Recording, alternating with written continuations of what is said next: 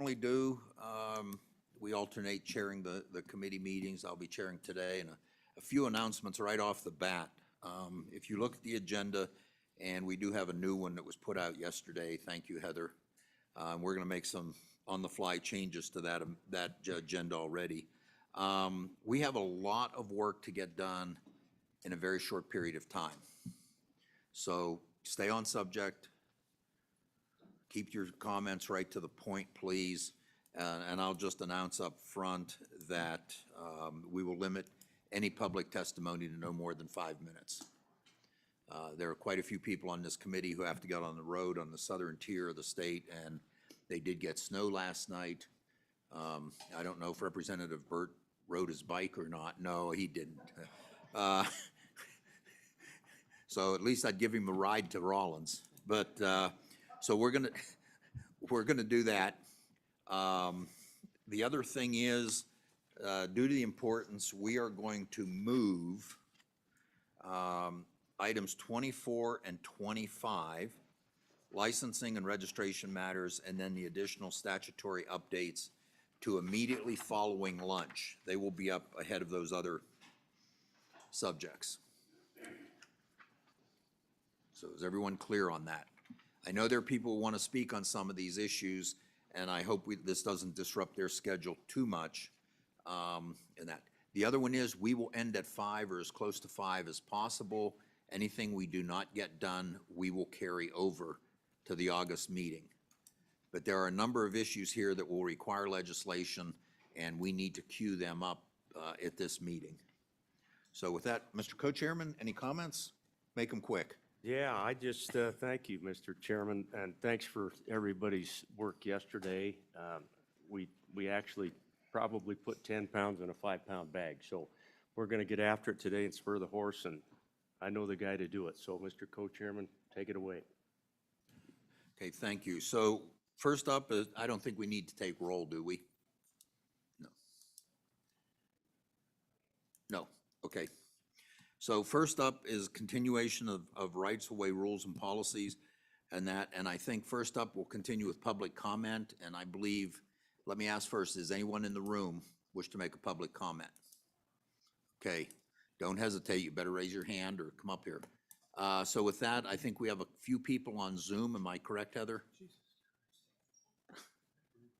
Okay, if you would just introduce them or bring them in. We have Bill Theek with the Mayor of Kimmer.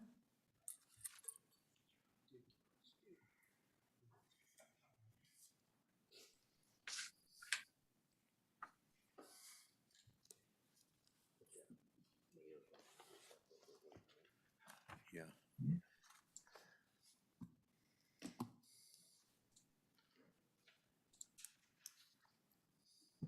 Heather, are we waiting for one of those Southwest mayors? Yeah. Mayor of Kimmer, if you can just turn on your video, please. Can you hear me? I'm apparently having some problems with video. Mayor Theek, we can hear you. Please proceed. Okay, thank you very much. Good morning, Mr. Chairman, co-chair, committee members. I appreciate the opportunity to speak to you this morning on this matter. Kimmer, as well as other communities in Southwest, are in need of diversification of economics. Allowing riders in the community is important to us. With state highways going through towns and having access to Kimmer's amenities for state highways going through the town is critical to us. No one wants to ride an ATV from Kimmer to Pinedale on pavement. They want to ride on dirt and just need a way to find access to county roads, public land, and existing trails. And we don't need to create new trails. The trails that we want to use are already there. It's just getting from one place to the other, and the right-of-ways are important. We have to be able to access places like Fossil Butte National Monument. It's one of the least utilized national monuments in the state. Senator Doc Setter has been helping with discussions on this, and we have another meeting coming up at the end of June to try to accomplish this. People are already using ATVs and side-by-sides on city streets and county roads. Many of the towns in Southwest here have already passed ordinances allowing ATVs and side-by-sides on public streets with proper licensing or recreational permits. And partnering with state trails will help manage the project. That's why the city of Kemmerer enrolled all of our city streets in the trails program. Mayors of Southwest Wyoming have all gotten on board with this. We see the potential and think it's very important. It's probably the most exciting recreational-based idea for the state in a very long time. And at the end of the day, it's just about helping small communities and with their economics. I think that this is an enormous opportunity for small communities to capitalize on the recreational dollars, which also benefit the entire state. So with that, I will just keep this short. So if you have any questions. Mayor Thieg, thank you. Are there any questions for Mayor Thieg of Kemmerer? Thank you very much for your comments, Mayor. Thank you. Heather, whoever is next. There's no one else online for public comment. Okay, one more time. Anyone in the room? Public comment. Okay, with that, I'll close public comment. So we did this a little out of order, trying to accommodate those people who were here yesterday. But the topic still needs the final discussion, and next up is YDOT Director.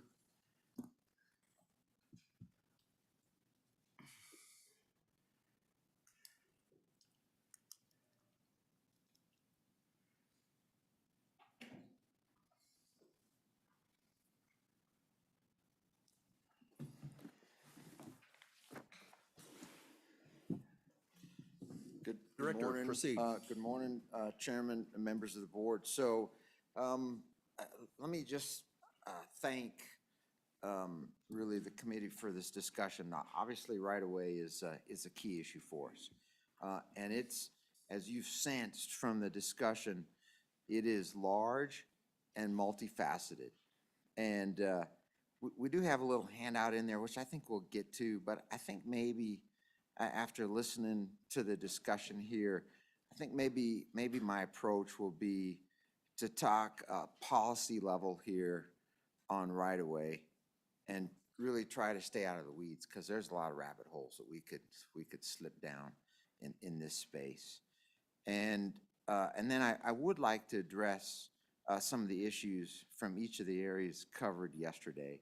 I did ask our chief engineer, Mark Gillette, to join me in case there's some real specific questions on here. And also online, we have Ken Keel, who is our utilities manager, and Kevin Labita, who would be our broadband right-of-way manager and also as our right-of-way manager. Let me also say that I appreciate the speakers yesterday.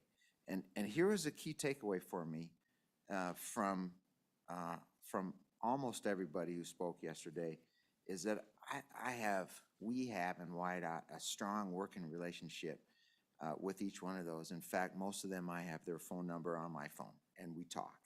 And for me, from the state level, really, that's really important. Director, could you get a little closer to the microphone? I can't get, yeah, thank you. Thank you.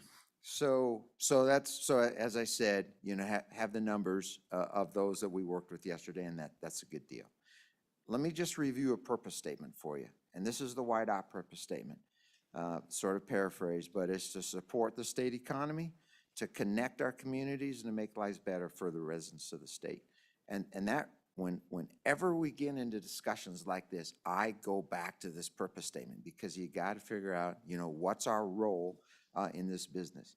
And I'm a guiding principle guy, and you've seen the budgetary guiding principles that we've kicked out, and I'm not going to rehash those, but there's some other overarching guiding principles that I think sort of fit into this discussion of right-of-way. And I just jotted these down this morning, and as I was thinking about the discussion today. And so if you said, hey, how do you approach this, Reiner? I'd probably say, hey, listen, we work to get to yes, but we can't harm ourselves. You can't please everybody. You got to be fair and consistent. The state does not compete with private industry. The state needs to set the conditions for competition between the industry. And I think, that list could go on, but I think it's important just to shape this discussion in that way. So what's the purpose of right-of-way? I don't see it as complex. The purpose of the right-of-way on the state of Wyoming's road is the safety of the traveling public. That's the reason we have right-of-way. It's to provide that clear zone so that if you get in a wreck and spin off the road, you don't run into a tree or a fence post or a pole or something else that will kill you. We kill enough people on the road as it is, and it's really important to have a clear, uncongested space along the road.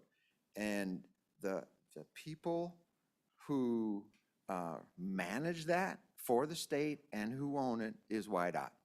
And the guy responsible for that for me is sitting to my right, Mr. Gillette. That's his job, all right, to run the road portion of YDOT.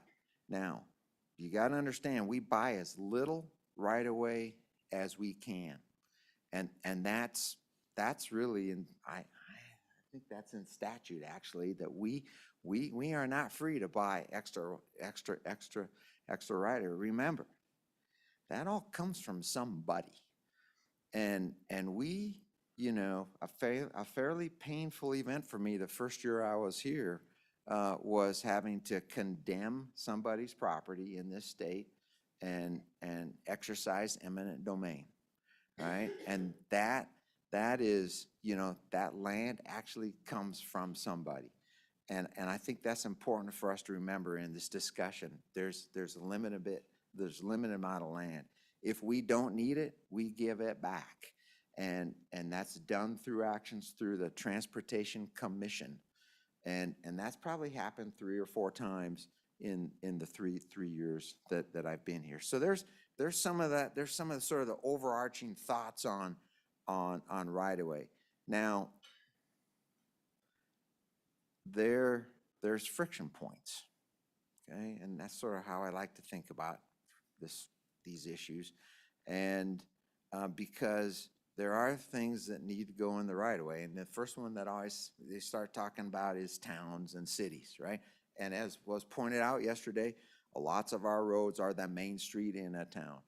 And so there, Mr. Gillette and his crew have to work out details. And again, I don't want to go into the weeds here, but you got to sort of think about where YDOT right-of-way ends and then somebody else's property begins. And there's sort of good examples just from my education. If you go to the town of Cody and you walk the main street of Cody, obviously that's our road that goes through there, a sort of nice little curve. And as you look at the businesses alongside the street, what you might notice is that a lot of the businesses have sort of these little stands, or like I'm trying to just portable signs that would describe their business. And you say, well, why are those things just sitting? And they're sitting on the sidewalk. And so you ask the question, well, why are those there? And they said, well, actually, because in that town, our right-of-way really goes up to the front face of the building, and you can't have a fixed sign in our right-of-way. So you got to use these little portable signs so that if they get hit, they fall over and don't hurt anybody. Okay, so there's an example of a friction point that's been worked through. and lots of other structures then that like to go into the right of way. Like if you come into the city of Casper, there's a really nice statue there of an oil worker. All right, so that's in our right of way, and we had to work through the process to make sure that that was done safely. But again, and if you look at slide 1 in there, you can see all sort of the list of probably areas where other people who might want to be in the right of way. Thank you. So there's that, and I don't want to go over that in detail, but you just know it's there. Then you say, well, so what are the statutes that guide this? And those are, you see there on page 2, and really it's 1-26-813, which primarily allows communication devices, and that one's been debated in your body in the last couple of years several times. And then 31.5-1601, which is really the ORV statutes. And those are right now the primary statutes that actually do sort of control what goes on statute-wise in the right-of-way. I think key takeaways for me that in all cases is puts the responsibility on YDOT to manage it. It's YDOT's job to do that. And so it's a job that we take pretty seriously and have a pretty robust staff actually to do that.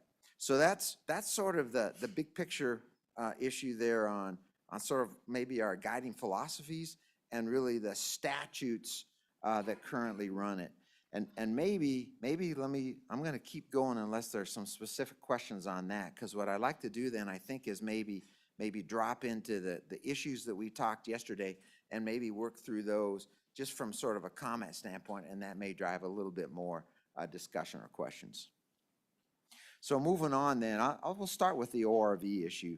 And obviously there's one of the statutes that specifically talks ORVs, and we've heard multiple testimonies now in today, this morning and yesterday about ORVs. And the first thing I'd say is, hey, listen, we have a good solid working relationship with State Parks and Cultural Resources. In fact, it's solid and that we have a liaison basically assigned to coordinate with them, Ms. Sandra Sanderson, and who does a nice job making sure that we're aware of what's going on in that space.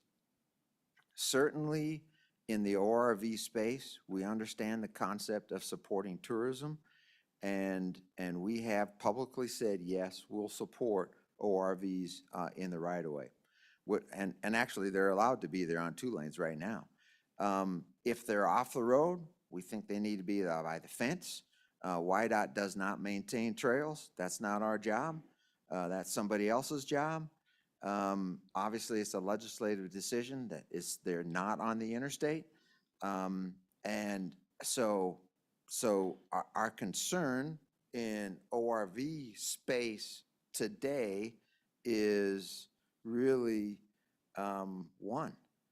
And that has to do with, and we'll actually get to this, I believe, next after this discussion in terms of equipment. So I don't think we go into details here, but our concern is where the intersection of roads and State Parks and Cultural Resources designated trails intersect, the equipment requirements are not the same.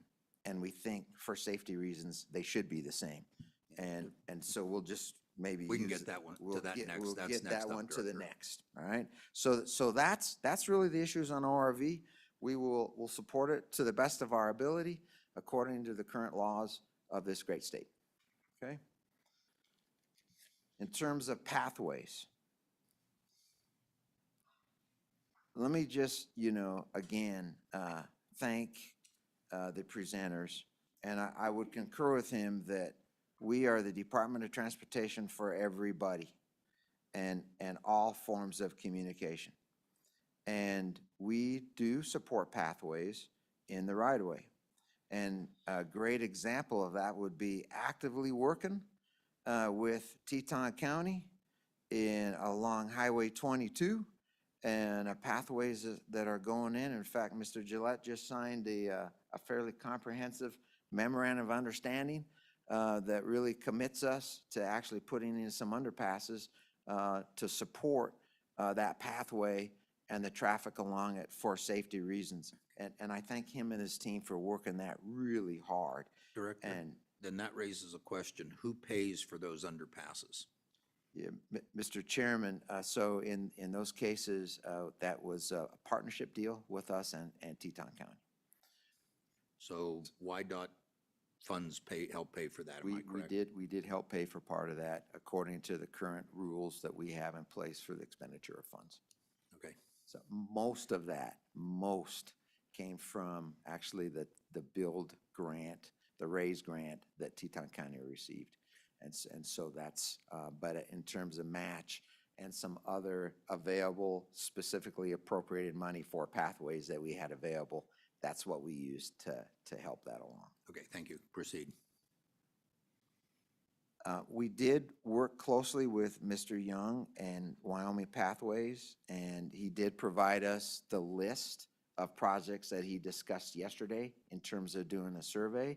Current, value of that is about $100 million, and I thank him for doing that work because that helps identify needed projects. Now, for me, and I think for us at YDOT, the issue with pathways in the right-of-way is not so much putting them in the right-of-way, because we're pretty comfortable with that. But the issue really for us is funding. And our primary funding source for pathways is the Transportation Alternatives Program that we discussed yesterday as part of our local government program. Now remember, that doubled to about $4.5 million under the current IDJA. It's also important to remember that until this year, all of the available TAP funds really by law had to go to locals. And it was not YDOT's money to spend, so we were a pass-through agency to locals. And so then you'd see really a key for local governments to identify, hey, we wanted some of that money, and we'll put in a match, and we'll put in a pathway along our river, or we'll put in, some other, bike or pedestrian type asset in our community.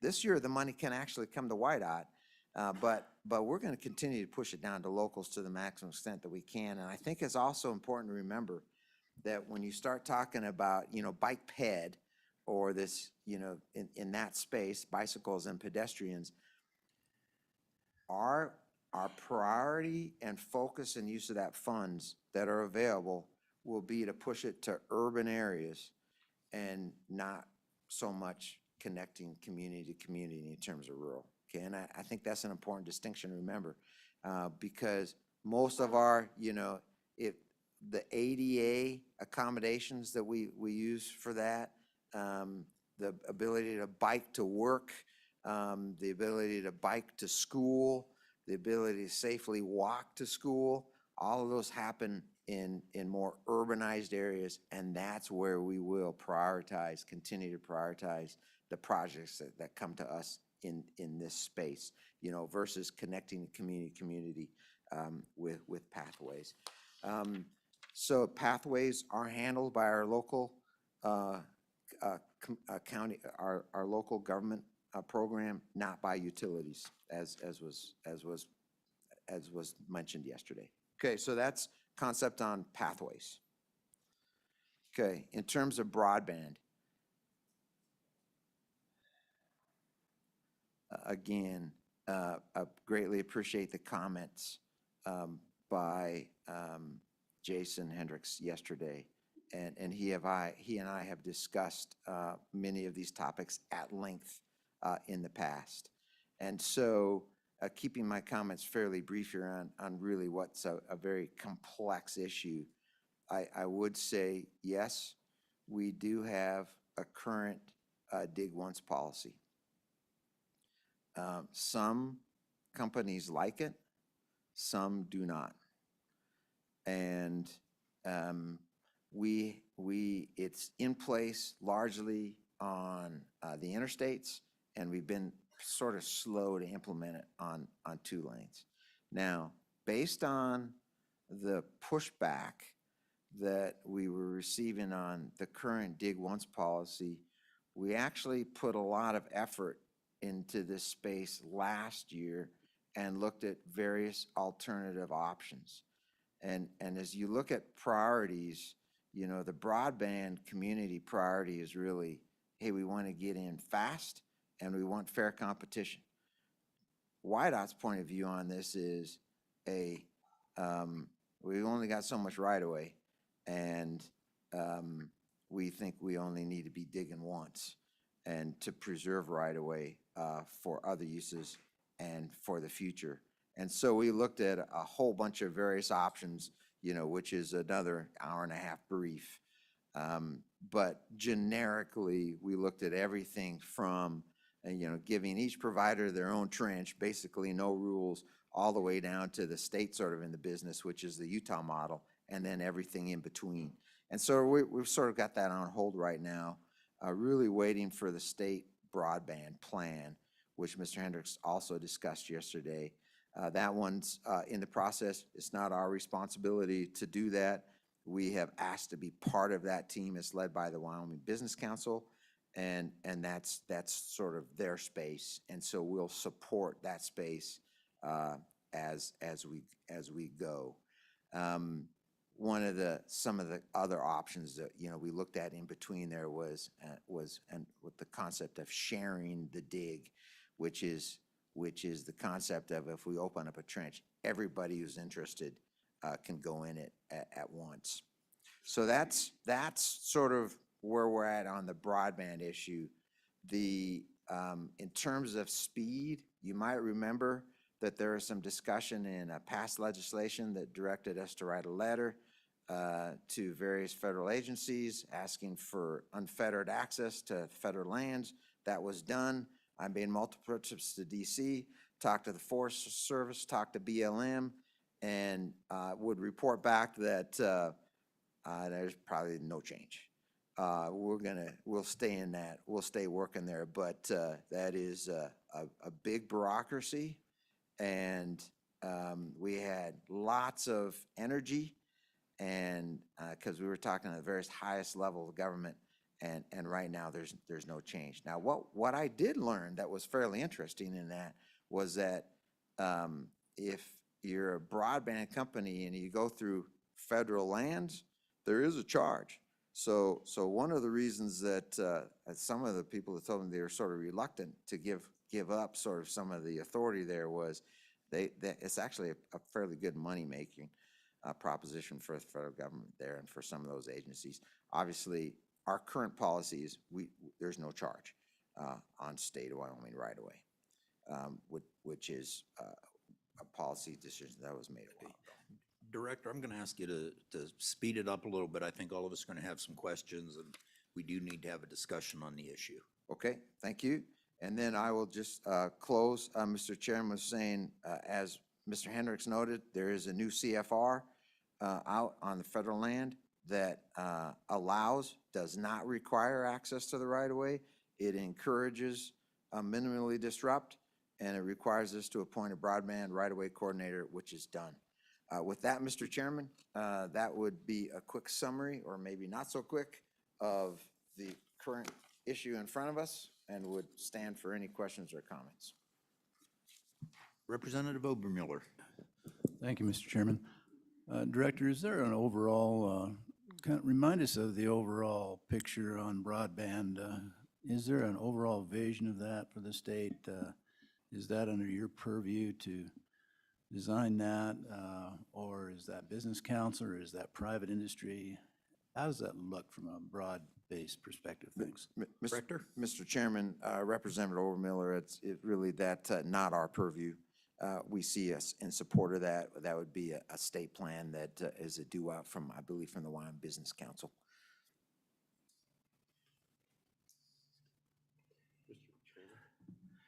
Mr. Co-Chairman.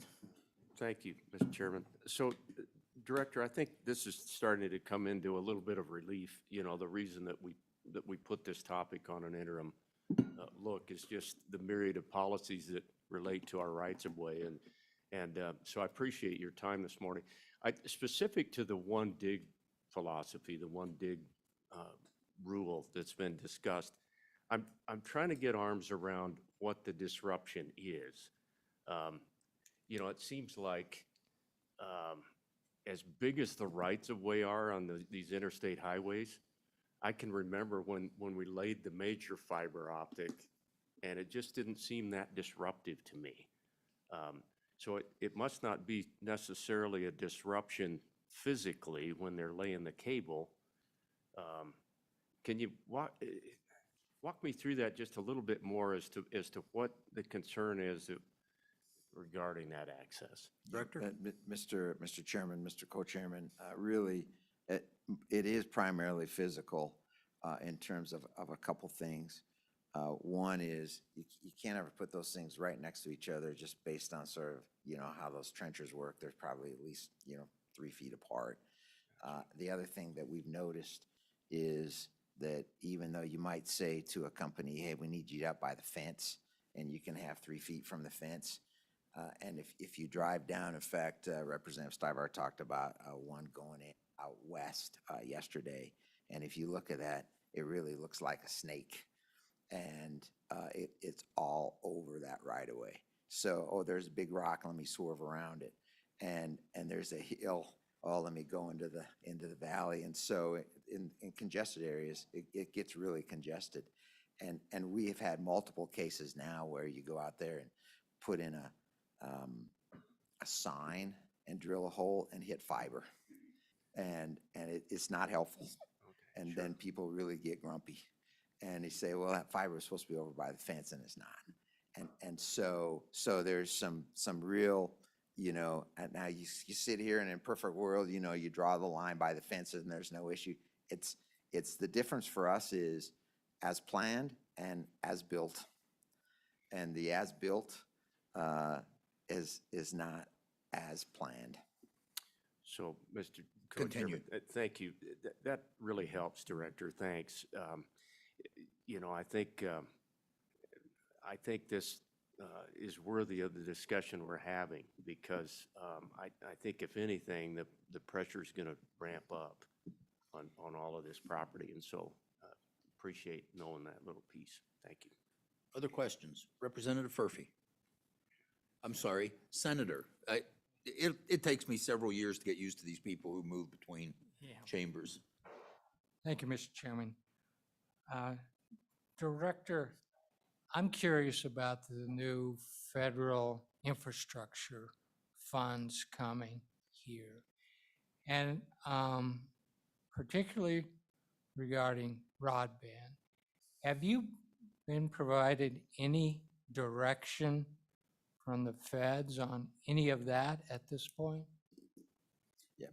Director, and just a reminder, that is a topic we have later, and we'll hear from, I believe, the governor's office and also on that, but a quick answer is acceptable. Fine. Thank you, please Mr. Chairman continue. and Senator Furphy. Again, our role in broadband is supporting the installation as directed. And so that guidance and specific guidance for that money really would go to other elements in our government. Okay. Other questions? Oh, okay. So, Director, I have literally a page of questions that I think I will not ask. Probably best to at some point just sit down and have a discussion with that. However, one I do have is, are there any areas in your authority that you need legislative statutory changes, or do you see any bills that need to be prepared to assist you in your work in the right of way?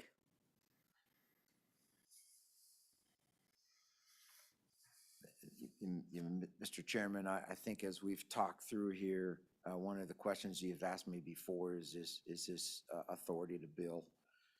That would be one that could be explored. Other than that, Mr. Chairman, I think we're in pretty good shape statutorily. Okay. Mr. Co-Chair. Mr. Co-Chairman, thank you. I believe there is some interest, Director, in the idea of some allowance for an access fee. I'm not advocating for that. In fact, I'm not very lit up on that, but I think it's something, Mr. Chairman, we could carry forward into an August meeting and maybe, draft something up based on, there's some other states out there, I think, that have done this. That access is very prime. You have to weigh that against what the former governor, his initiative was really all about, which is getting people on broadband access. But at any rate, it seems to me, Mr. Chairman, we could potentially work between now and August and draft something up that the committee could look at. Whether or not it would go anywhere, I don't know. Mr. Co-Chair, I tend to agree with that. I think there's some areas that need some definition, and we need maybe some more legislative statutory structure than we already have. So I think with that, and we heard yesterday that there is a value to accessing the right of way. I mean, Director, you even stated that you have to buy right of way. That costs the state money, and I think you ought to be able to recoup some of that cost by providing that access at some point. So, so I think that's a good idea, Mr. Co-Chairman. We'll get a look at some draft legislation for August. Mr. Gillette, you have a question for us.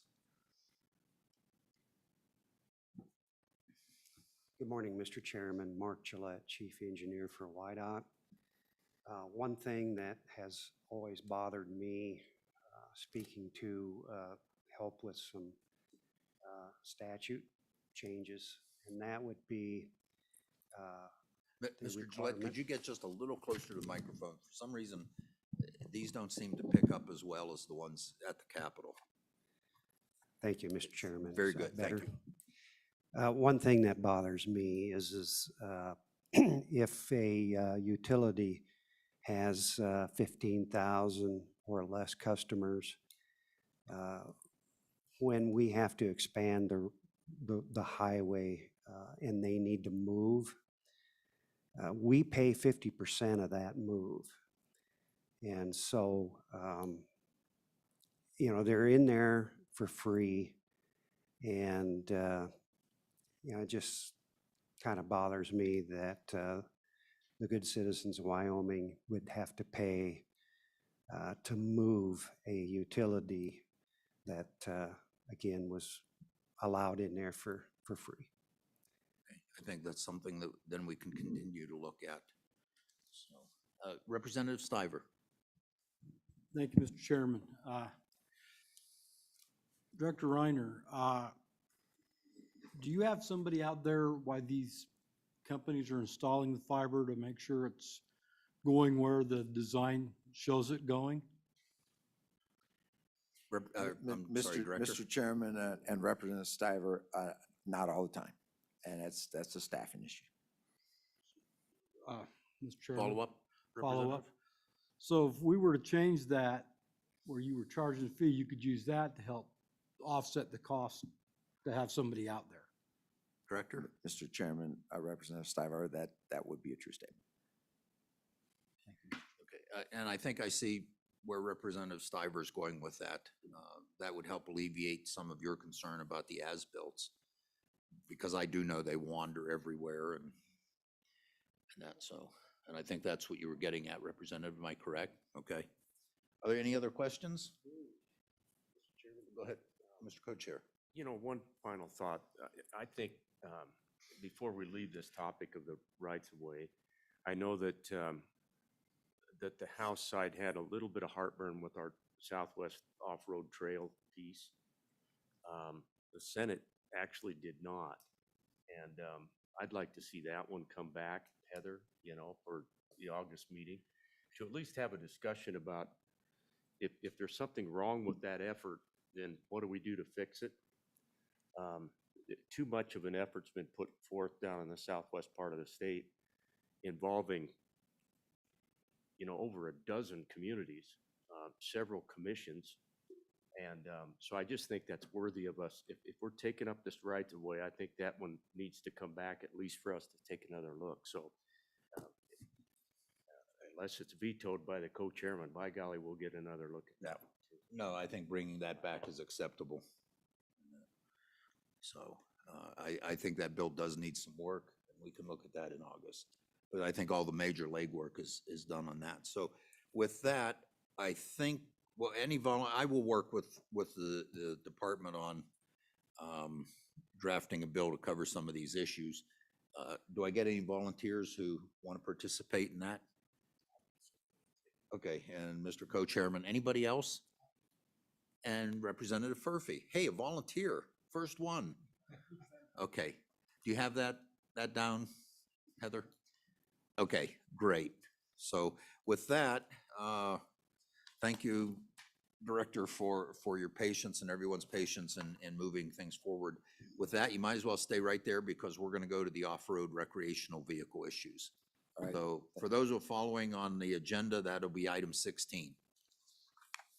And I see Mr. Rossetti working his way up here.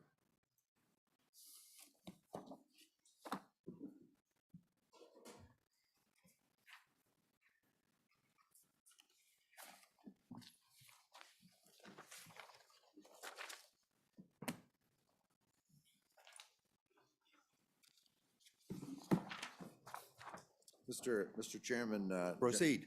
Jumping right in, there should be in your pamphlet, a little handout on off-road recreational vehicle requirements. And really, the issue for us, as we described before, is that currently, operating off-road recreational vehicles on highways designated as Wyoming off-road recreation trails does not require the vehicles to have insurance or the necessary safety equipment that they should have to be on the road. Because it's the same safety requirements that you have if you license and go, get a physical license and register your vehicle. And so as we see ORV opportunities increasing in the state, and as we've said, as we look at supporting those, we do think our recommendation is that we update the current statute and require the same type of insurance and the same type of safety equipment if you're operating an ORV on a public roadway. And with that, Mr. Chairman, I'd really like to kick it over to Mr. Rossetti to walk us through the details. Director, Chairman? I'm sorry, Senator Anderson. Mr. Chairman, you said it was number 16, but my number 16 is county gravel roads. I You got apologize. off-road recreation. 13. Correct. I should have corrected that. The numbers are going by the original agenda. However, we've modified the agenda, so I think we're just following these in order. So you're correct. It is 13. Okay. Yeah. Okay. Mr. Chairman, everyone should have at their desk the agenda as it was modified for today. Yes. And so on that one, just because we shift things down and moved it, it is item 16. Okay. Thank you, Heather. I'm sorry, Director, continue, but one question I have just for clarification is when you say operated on roadways, are you including the right-of-way in that? Mr. Chairman, let me pass those details to Mr. Rossetti. Okay, good delegation, I guess. Mr. Rossetti. Mr. Chairman, Taylor Rossetti, Support Services at WYDOT. The way that the language appears in the statutes for the purposes of this, it really is contemplating everything from fence to fence. It's considering the entire roadway. Okay, thank you. Ge- Continue, I guess it's your, Well, wonderful. okay. So some of this would be familiar from our discussion last session. This was the equipment that we recognized towards the end as we were working that bill for the interstates. But as the director mentioned, when you register your vehicle, this type of vehicle, and get an actual license plate, there's equipment requirements that are required, and the owners certify that to get the plate. As we were working this issue and as more and more roads started to get enrolled in this, there becomes a question as why does the nature of simply putting that license plate on that vehicle and operating it on that facility change the equipment that's needed? So as we worked that issue and we talked to State Parks, who enrolls the roads into the trailway, we did kind of come to the realization that we might need to beef up this section. So we're specifically looking in 31.5.1601. And on page 2 of that handout that you guys have is our proposed changes. And really what we're adding is, as the director mentioned, towards the middle of that big paragraph there at the top, we're striking the word only because that restricts to a single requirement. So we're striking that word only. And then after 703, we're adding the proof of financial responsibility outlined in 31.9.402 through 31.9.415.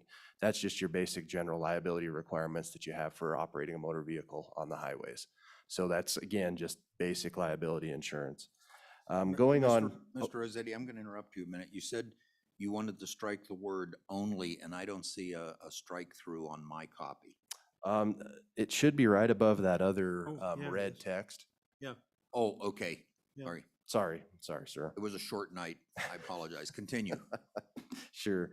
And then moving on further, in Romanet IV there, we added some additional equipment that is required when you actually get a license plate for one of these vehicles. And that is specifically the horn, the mirrors, and that's really the only other things that we added. The rest of the statute already included the requirement for being a license to drive a vehicle. It required you to have the appropriate lighting based on the type of vehicle. We're simply adding the horn and the mirrors. And with that, I'd stand for any questions. Go ahead, Mr. Co-Chairman. So, Mr. Rossetti, thank you. I, have thought a lot about this, knowing that it was coming up on the agenda. As you drive out across Wyoming, we have a lot of people driving a lot of these kind of vehicles, and a lot of them in road rights of way. Just over in the Fremont County country, for example, I go through there fairly often, and out there in Missouri Valley. I don't mean to pick on anyone, but in that Missouri Valley area, there's a lot of those farmers and ranchers that's how they get back and forth to wherever they're going. I just it feels like if we do this, are we going to run afoul of what we've always allowed for, which is you get around some recreational areas, for example, and they allow unlicensed vehicles to get down to their boat docks. We allow our farmers and ranchers to get down a road right of way so they can get over to a hayfield. They're just areas of our society in Wyoming that are potentially going to be affected by this. Am I reading this correctly? Mr. Chairman, Mr. Co-Chair, the provisions for the incidental use for ag is similar to the discussion that we had last year over dirt bikes, and that still is permissible. I believe it's under section 125, so I don't believe that's an impact there. As far as a private road or a land-managed road, say the boat dock, that really wouldn't be underneath my jurisdiction. So I don't know that I would be concerned.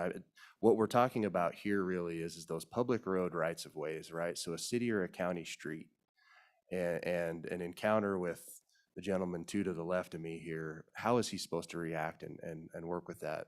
So in my opinion here, I'm not sure that we're more restrictive than we currently are. I think what we're actually trying to do is clarify that if these vehicles are operated on public rights of way, they'll be treated the same whether they're permitted with a sticker through the trail program or registered with a license plate. And many of these vehicles are done both. So I don't believe that we are being any more restrictive by going this direction. Okay, thank you. Heather, a question for you. I know it's in the interim topics to consider the ag uses and that. Did we hold that until our August meeting? It's not on this agenda, and I'm just trying to keep things straight in my mind. Mr. Chairman, it is not an interim topic for this committee about agricultural uses for the right-of-way or off-road vehicles. I will double check to make sure I'm telling you the correct thing, but I believe that the agricultural topic that overlapped was the slow-moving vehicles. Okay. And so maybe there would be some overlap there, but I think that was largely equipment and speed limits that they were going to be looking at, or that they were requesting. Okay, is that, and I'm trying to remember here, it's, I slept twice since that interim discussion.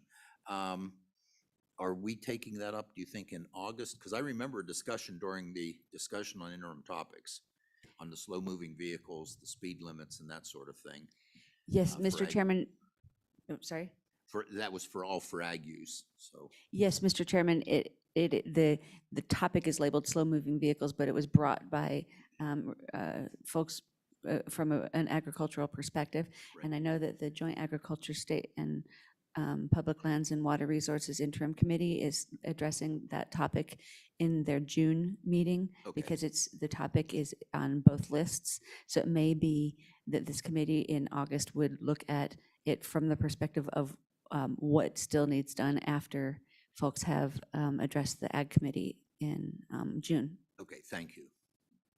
So, any questions for the director? Representative Stiver, did you raise your hand? No, okay. One down here. Okay, Representative McGuire. Oh. Representative Henderson, you go first. Thank you, Mr. Chairman. So I wanted to build on the co-chairman's question earlier about your perspective on perhaps the potential for disruption among the smaller towns and villages, you know, that have already looked at this and updated their local ordinances to allow for these folks who come to Wyoming and want to go on the trail on the dirt, right? And so if we require them to comply with Wyoming law, how do we deal with differences between Wyoming law and where they come from? Mr. Rossetti? Mr. Chairman and Representative Henderson, I may have to phone a friend at State Parks, but I think largely speaking, not all states uniformly allow for vehicle registrations of this type. So what 1601 actually does in its current phase is allows for the stickering process to occur. If we're allowed to do what some of the towns and counties out in the southwest portion of the state have done, which is enroll their public roads into this system, I think the theory is you could pull somebody in from a state where you can't actually drive these on the roadway to come to Wyoming, purchase one of those stickers and recreate. So I think we're on board with that. I think what we're doing here is laying out the conditions under which that person could purchase the sticker. So they would have to come to Wyoming knowing what the requirements are, and when they get to Wyoming and purchase that sticker, these would be the base requirements that there are. I think that would be the way I would answer your question. Follow up? So, thank you, Mr. Chairman. So using myself as an example, I have everything except a license plate, and I pay for the sticker, and I'm good with that. But I think it makes sense to have that horn and that mirror wherever you are. So what I'm saying is that what you're going to require that we do? Or I mean, the issue to me is enforcement. It's going to be a challenge in enforcement. And so how do you see yourself going forward implementing this policy? Mr. Chairman and Representative Henderson, I think that's really the purpose of these proposed amendments is to make it clear what the enforcement mechanism might be, whether it be Colonel Walther or a member of a sheriff's office or a local police department that encounters one of these vehicles. That's exactly what we'd be trying to do is whether you're plated and registered or stickered to register, your equipment requirements are the same, and that would be what we would be intending to do with these amendments. Representative McGuire. Thank you, Mr. Chairman, and I would just phrase this as a question, but I would remind the committee, there is something of a policy question here too, and I'm thinking back to my original ATC 90, the Honda trike with no suspension and the great big balloon tires, and you know, all you had to do was crank it hard, tire would come off the rim and it would roll over, and it could not get DOT approval because it was so dangerous. I mean, these vehicles are not DOT approved because they don't meet DOT standards for operating on the pavement. We're making an exception, which is fine, I agree with that, but I think we just need to keep in mind the policy part of that ultimately we are still responsible for the safe operation of vehicles on public roads. And I think that's something that we need to sort of temper as we move into this. Thank you, Mr. Chairman. And your question is? And wouldn't you agree, Mr. Director, And Mr. Rossetti? Mr. Chairman, Representative McGuire, I was going to try to ask that question to myself. I do agree with you that there is certainly a policy decision here, and I believe that the policy decision of prior bodies has been to allow these in these environments. We went so far as recently adding an additional class of these vehicles to the legal operation within highways when we went down the road on the dirt bike bill. So I do agree with you wholeheartedly, Representative McGuire, that there certainly is a policy consideration here. These vehicles are classified as off-road vehicles and are designed as such. However, I think that the past policy decision has been to allow them in operation. And we're simply proposing these amendments to ensure that the minimum requirements of safety equipment are present if they are operated in this manner. Okay, thank you. Mr. Co-Chairman. Thank you, Mr. Chairman. Obviously, I know you want to get to some public comment on this.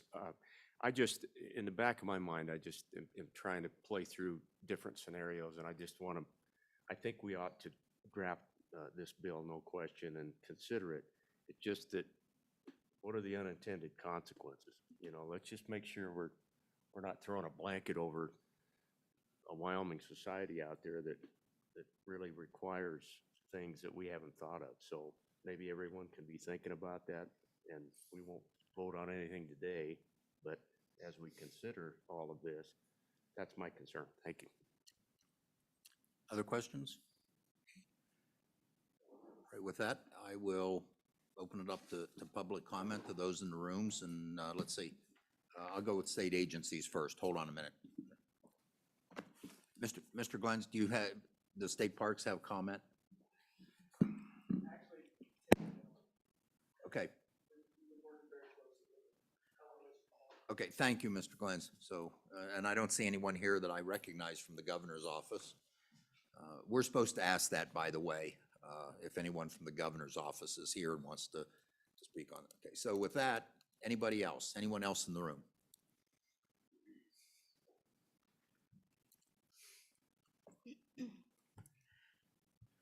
Good morning, Mr. Chairman, members of the committee. My name is Catherine Wilkinson. I'm here on behalf of American Property Casualty Insurance Association, actually opposed to the proposal presented because they are tied to the financial responsibility laws. So as was mentioned, ATVs are very different vehicles and they are not compliant with those federal motor safety standards.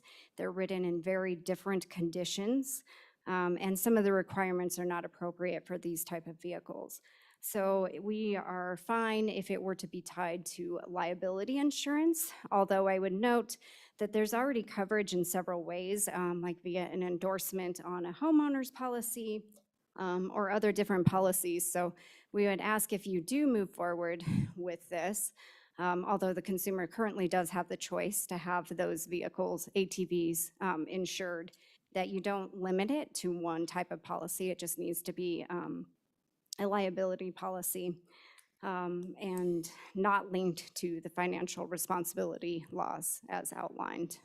If you do decide to move forward with it, we're happy to work with you on language, but the current proposal we would be in opposition to, and I would stand for any questions. Any questions for Ms. Wilkinson?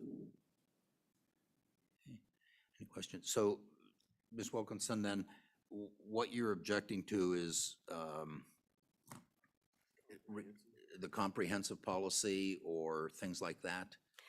Mr. Chairman, the way the proposal as outlined in the Title 31, I'm sorry, I don't have the slide up in front of me, but the specific proposal that was outlined are linked specifically to the financial responsibility laws. So it would need to be a different section just requiring liability insurance, but not limiting it to one type of policy. But that specific statute link we would be opposed to. So do you, Ms. Wilkinson, do you have a recommendation then on what you feel that minimum liability level should be? Mr. Chairman, no, because it depends, on how the vehicles are being used. So with those specific statutes that they're linking it to, some of the regulations that they look at are like whether those vehicles have like seat belts or airbags or child restraint anchors, because they're going to be driven on highways. So those liability rates are determined by those vehicles being used in that manner. I think it's an entirely different manner when you take ATVs, which are supposed to be off-road vehicles typically, and trying to apply those same standards, which they're not going to have that. So I think you'd have to completely reconstruct the vehicle. So in terms of actual minimum liability, I don't have that answer for you today because it depends on what they're being used for. Okay, thank you. Other questions? Representative Obermuller. Thank you, Mr. Chairman. Can you educate us a little on what your understanding of a proof of financial responsibility is, what form that takes as opposed to a liability insurance policy? Ms. Wilkinson? Mr. Chairman, I believe that the proof of financial responsibility is just a proof of liability that links to those specific statutes that were presented to you by YDOT, and that it shows that that liability insurance, I believe it has to have that specific vehicle that is shown on the policy, and then you're just certifying as, I'm sorry if I'm not answering the question, like when you go to register a vehicle, is that what you're asking? Just showing that proof of insurance with the liability on there, showing whatever vehicle you're trying to license or register is shown on that policy. Follow up, Mr. Chairman.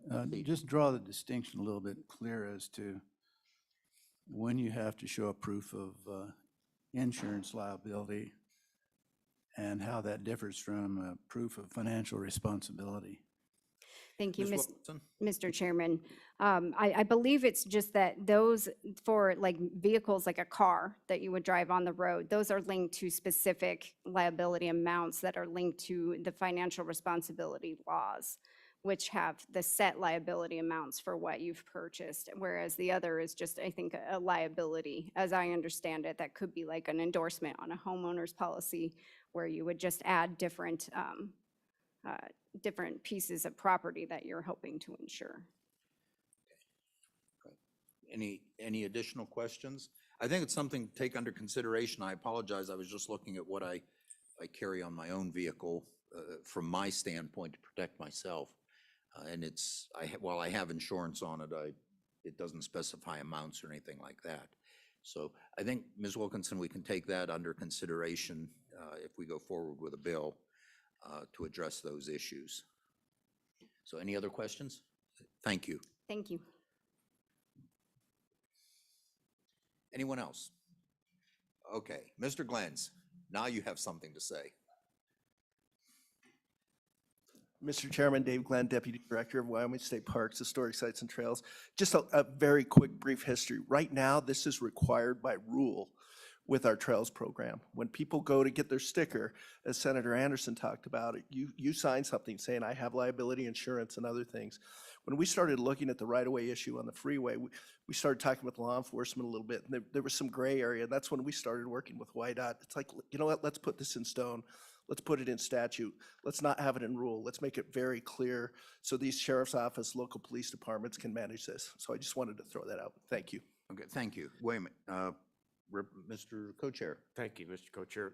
So, Mr. Glenn, you're the perfect guy to help me, and we can take it offline too, but we've got state parks out there and areas of the world where we've got people driving vehicles down to docks. And I think you know where I'm talking about, Boyson, Keyhole, Flaming Gorge, Alcova. I just want to make sure that our consideration on something like this isn't gonna rope everybody in, and then no matter what the vehicle is, we're gonna have to have full license, full lights, horns, towing devices, whatever we are requiring on these. Does that make sense? Mr. Glenz. Mr. Chairman, Co-Chairman Landon, yes, it does make sense, but this is for enrolled routes. And, those routes along, the state park shorelines are not enrolled routes. We don't allow ORVs in many of our areas. Some we do. So, this is enrolled routes when a community like Pinedale wants to enroll their streets, those types of things. Okay, thank you for thinking about that with me. All right. Absolutely. Thank you, Mr. Glenz. Okay, I don't see any other questions. Anyone else from the public? Okay, anyone else in the room? Okay, anyone on Zoom? Anyone on the virtual world? No one? Okay, one last chance. Okay, with that, I'll close public testimony. Director, I do have a quick question for you. And just so I'm clear, and you're closest, that's why you get the question. So, Director, this would apply to an off-road vehicle, whether they have the sticker or are licensed. Am I correct?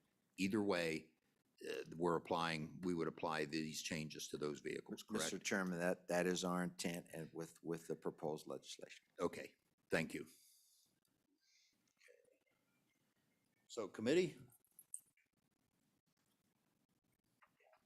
Okay. I move that we draft a bill incorporating these items that White House is recommending. Okay, I think that request is probably good enough. yeah, I think that's good enough, and if I may modify that to include the issues that Ms. Wilkinson raised. Because I'm pretty sure that my insurance is either an add-on to my regular vehicle insurance or my personal liability insurance. So I think that's something that we need to look at. We just want to make sure that, if you have a ORV that for some reason, believe it or not, runs a school bus off the road, that someone has financial responsibility for those children and injuries and liability and that sort of thing. Ms. Wilkinson, am I correct in that? Okay, thank you. Okay. Heather, have that? Okay. With that, we will move on to county gravel road maintenance system.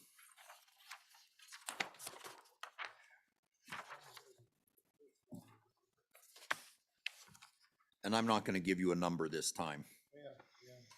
It'll just confuse Senator Anderson.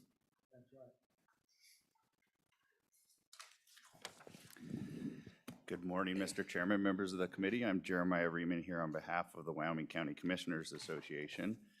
We understand you're behind, and we're going to do our part to try and catch you up a little bit Well, with thank the agenda. you. Does that conclude your comments? Mr. Chairman, I had a moment like that last week, so if this is not one of We have to have some humor here. If you aren't having some fun, life gets pretty dull. So Right. thank you for understanding the humor there. Please proceed. Mr. Chairman, first I want to thank you for your work last session on the county road construction and maintenance program.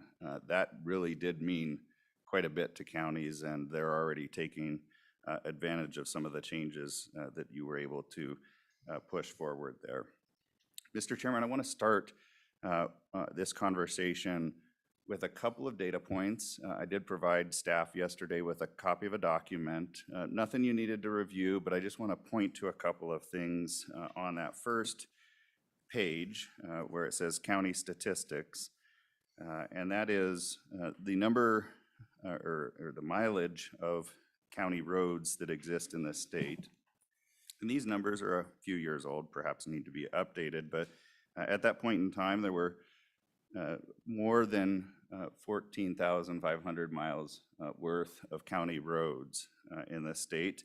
About 17% of that is pavement, and that'll come into clarity why that's important in this conversation here in a minute, but that is the distinction. Based on Please, could you repeat that percentage? Mr. Chairman, it's 17.09%. It's in the blue column at the very bottom there. And you can see how your county breaks down in each of those. It ranges anywhere from a low end in Niobrara County of less than 1% of their roads are paved, approximately 3.3 miles in that county, all the way up to Teton County, where they have roughly 78% of their roads are paved. For some context, there are about 27,831 miles of roads in the state, which means that approximately 53% of all roads in the state of Wyoming are owned and managed by counties. And we're going to get to the gravel piece here in a second. So what's the problem that we have right now at the county level? It's kind of twofold. First, Our current system of information really doesn't provide counties, or frankly, for that matter, anyone else, including you, with any sort of cost estimates for what it would take to maintain and improve our county road system in the state. And the second part of the issue is that the current system doesn't provide us with any information concerning gravel roads, or roughly 83% of all of the county roads in the system.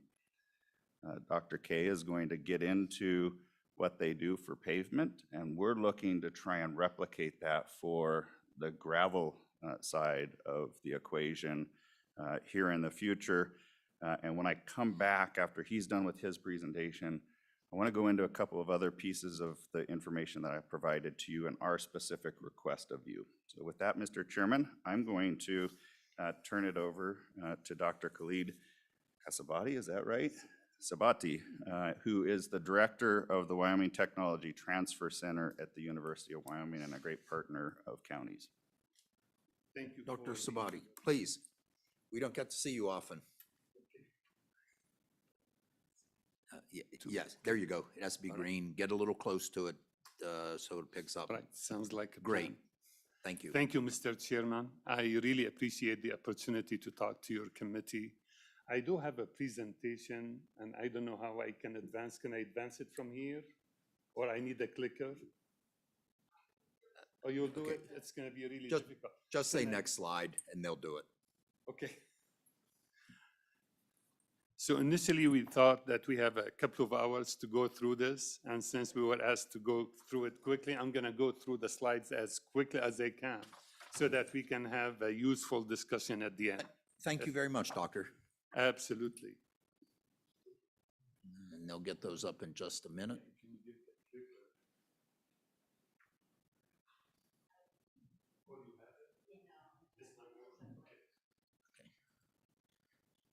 We're only partially technologically advanced in this room. It's all right. There we go. Give it a minute.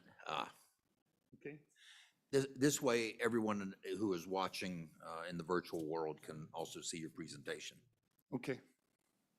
So I would like to thank our partners with the Wyoming County Commission Association and the Wasters Group. They are on this presentation. They helped with the preparation and the background. Slide, please. When we talk about asset management, counties take care of lots of assets in the state. They have lots of signs, pavement marking, roadways, paved and unpaved, culverts. There are so many different assets that they take care of in the state. The most important ones that we're going to be talking about today would be paved roadways as well as gravel roadways. Next. Now, with those two infrastructures in the past, back in 2014, your committee approved having some funding so that we can monitor paved county roads in the state. We have about 2,400 miles, give or take, around 2,400 miles of county paved roads in the state. And they are scattered, as you can see, in the whole state. Next slide, please. Historically, these county paved roads would have low traffic volumes, most of them, low traffic volumes. And as you can see on the screen, every year what we do is we monitor half of the state. So in order to make this cost effective, one year we monitor the eastern side, the next year we monitor the western side in the state. That way it's cost effective at the end. At this point in we're doing the data analysis for the 2021 year on the western side of the state. This upcoming summer, we're doing the eastern side of the state, and we're in the process of working with YDOT. We use the same contractor that YDOT is using so that we have the same measuring stick when we look at the condition of county paved roads, they can be compared to the condition of the state highway system at the end, since the same contractor is collecting the data on all roadways in the state. Next, please. Now, when we do the monitoring, as you can see on the screen, we look at the roughness of the roads, how rough the roads are, and this what would be, the drivers in Wyoming, what they experience when they are driving the roadways. So that would be the International Roughness Index. In addition to this, we monitor the rut depth, which is a safety thing. We want to make sure that in the wheel path, the rut depth is not too deep. Then the drivers might lose control in the process. In addition to this, we monitor the cracking in the pavement. The cracking is very important. If there are lots of cracks in the pavement, then the water would infiltrate the pavement section and it would cause accelerated damage very quickly. Next, please. And this would show how the roughness is being measured on the roadways. And again, it's the same way that the same system that YDOT is using to determine the condition on the state highway system. Next, please. And as you can see here, this would show the device, the instrument that is being used to, it goes at high speed, highway speed, and it would determine, it has some video cameras, and this way we can determine the different distresses in the pavement section. Next, please. Now, what is the condition of paved county roads in the state, the 2,400 miles? On the right-hand side, you would see the condition of the rut depth. Everything is in the green. On the right-hand side, we have the western side. The left-hand side, we have the eastern side. So as far as rut depth, all county roads are in a great shape, which is really good to see. They have lower traffic volumes, not like the traffic volume we have on I-80, where we have some heavy trucks. So we really don't need to worry about rut depth, on county roads. Next, please. Now, if you start looking at roughness, then you would see roughness is really a major issue. And for those county roads, the roughness is really high. More than, if you look at the western side of the state, more than half of the roads are really in a very rough shape. And even on the eastern side, for some reason, the western side is significantly rougher than the eastern side of the state. Next, please. So roughness is a major issue. Now, if you look at the cracking or the cracking index, the pavement condition index, again, you would see lots of red on the county roads. These roads were built some time ago. They're not receiving adequate maintenance. There's lots of cracking with them. So that's why you're seeing lots of red. Next, please. Now, if you look at the PSI is really the most important index that we really need to concentrate on. And you can see, and that's what YDOT uses as well. Once the PSI would reach around 2 for low quality roads, then these roads are ready for some kind of maintenance or rehabilitation. If you look at the county roads, whether on the eastern side or the western sides, they're all below that level. The red is all below that level. They really need lots of maintenance, different types of maintenance. No question about it. Next, please. Now, so how can we have so many county paved roads in poor conditions? They were designed they were built back in the 50s and the 60s and the 70s. They were not designed, appropriately in the first place. They were built, with whichever alignment was available at that time. The asphalt has aged, and those county paved roads have not been maintained at the appropriate level over the years. Next, please. Now, so why do we need to monitor, county paved roadways? At this point, they are receiving low traffic volumes, but judging, looking at the cost of oil and all the energy prices, how they're going up, I suspect that in the near future, we're going to see a spike in traffic volumes throughout the whole state due to industrial activities. So if we do not maintain those roadways, they wouldn't be able to sustain, the traffic in the future. Next, please. Now, if you look at this slide, if we let those paved roadways get to this kind of condition, they're not like gravel roads. We can go and blade them.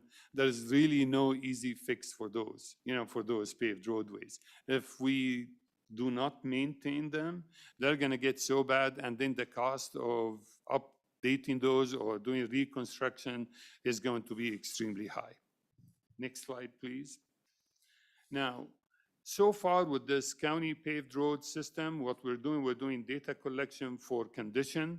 What we are proposing is to move into a new direction, and the new direction is to convert this into a real pavement management system, similar to YDOT has. So YDOT, if you ask YDOT about the condition of the state highway system, they can tell you, based on this budget, we can get to this level, based on that budget, we can get to this other level. At this point, we don't have such system for the county paved roadways. We're hoping in the near future that we can turn it, now we have the data, we can utilize the data and turn it into some numbers so that for you to make decisions, as far as what's needed to maintain those county paved roads so that they can be serviceable, they can service the users in the whole state of Wyoming. Next, please. So this is we can go through all of these steps in the future if we get the funding so that we can turn this system into a system similar to what YDOT is using. Next, please. And with this, then what we do is we can determine, we have the 5 Rs, the different levels of maintenance, for paved roadways. We can use those and we can determine the cost. We can put dollar figure, so that we can maintain those county roads to the level that you want to establish for those county roads in the future. Now with this, the end result would be really a very good system, which would help you in establishing conditions. Instead of trying to get numbers from the air about how much you need to allocate for county paved roads, the pavement management system, would convert this condition, all of these conditions, into numbers so that you can allocate the funding, appropriately to the different county roads in the state, paved roads in the state. So this is where we are with the county paved roads. What we want to do next, for next slide. Next slide, please. So now what we want to do, we want to figure out what to do with gravel roads. So with the county paved roads, we are at a point where we have condition data. We need to turn it into numbers. What we want to do something, we're proposing doing something similar for gravel roads. Nationwide, there's about 1.4 million miles of gravel roads. About 500,000 miles would be on tribal lands, nationwide. Same thing in Wyoming, we have lots of county gravel roads, and a bunch of them, we have a fair amount of gravel roads on the Wind River Indian Reservation as well. About 1/3 of the roads nationwide would be gravel roads. Next slide, please. Now, so we need gravel road management system because at this point we do not know exactly what we have out there. We do not know classification of those gravel roads. We don't know what they are. We don't know what customers, they serve around the states. Some of them, they serve, just residents, ranchers. Some of them, they serve, some industrial activities. We really don't know what we have out there. And we don't know, how important some of those roads are for our economy. Next slide, please. Now, so some of the consideration, those gravel roads, they change the condition of those gravel roads. They change dynamically quite a bit. We need to come up with a system so that it's manageable, cost-effective, easy, and we want to make sure that the county engineers around the states are on board with such a system so that they can benefit from it the way that you would benefit from it at the end. Next slide, please. Now, so the goal of our proposal to you today is to come up with a manageable system which would be equally beneficial for the legislature so that you can put a dollar figure on what it takes to maintain those roads in serviceable condition, as well as to the county so that they can benefit by knowing what they have and how they can manage their gravel roads at the end. Next slide, please. And that's basically what we're talking about. We're talking about, coming up with something consistent among all the different counties. At this point, we have 23 different counties managing gravel roads in 23 different ways, with 23 different ways of putting dollar figures on their activities. So it's really important that we can come up with a uniform system to determine the needs statewide. Next slide, please. So this is the background for the gravel road management. And our objective now is, if we get the funding, to turn it into reality. I have to say that some of the gravel roads are being managed by cities. Some of them are being managed by counties, by towns, and by the tribes on the Wind River Indian Reservation. With the first step that we're proposing today, we're proposing to come up with the appropriate system for the county gravel road system. And in the future, if there's a need, we can add the other partners on board very easily. Next slide, please. So if you look at the steps that we have to go through very quickly, we need to identify the size of the network by communicating with the different counties. Now, there are a couple of ways of identifying the needs for maintenance. One way would be to look at condition. And the condition, this would be an expensive kind of component to look at the condition of every segment in the state. Another one would be to look at the factors which would influence maintenance. And I think after discussing this with the county engineers around the state, they want us to look at the factors which would result in maintenance, which would require some maintenance. And that's what I'm going to concentrate on in a couple of slides from now. Also, we need to consider safety conditions on gravel roads, and then we need to establish the cost. Put the cost, establish the cost needed to maintain those gravel roads. Next slide, please. So at this point, we have around 12,000 miles of gravel roads, county roads in the state, give or take. By the time we finish this system, hopefully we can figure out exactly the number of miles and their classification. Next slide, please. Now, what we're going to be doing in here, step number one, we're going to identify, by communicating with the 23 counties, identify exactly the number of miles they have in the state, beginning and end mile posts, so that we can determine the length of, all of these roads. And again, we're going to concentrate only on county gravel roads at this point. Next slide, please. Next, what we want to do, one way would be to determine the actual conditions. After consulting with the county engineers, they told us that this may be something that we want to do in the future. We don't need to jump into this, because if you want to collect all of this data that you see on the screen, the surface condition, the dust, the roughness, the riding quality, since the condition would change rapidly, we're proposing, if we want to do this, the actual condition, we can do them in the future on selected roadways. Next, please. Now, with this slide, you can see the different distresses on gravel roads. They're quite different from what you see on paved roadways, and we know we can measure them. We can measure them in the future, but again, this would be very time-consuming and costly. So the county engineers want us to do this sometime in the future and not at this point. Next slide, please. Doctor, my kind of comment on that is I think I've seen some paved roads that look like this also. Yeah. But continue. Yeah. Thank you, Mr. Chairman.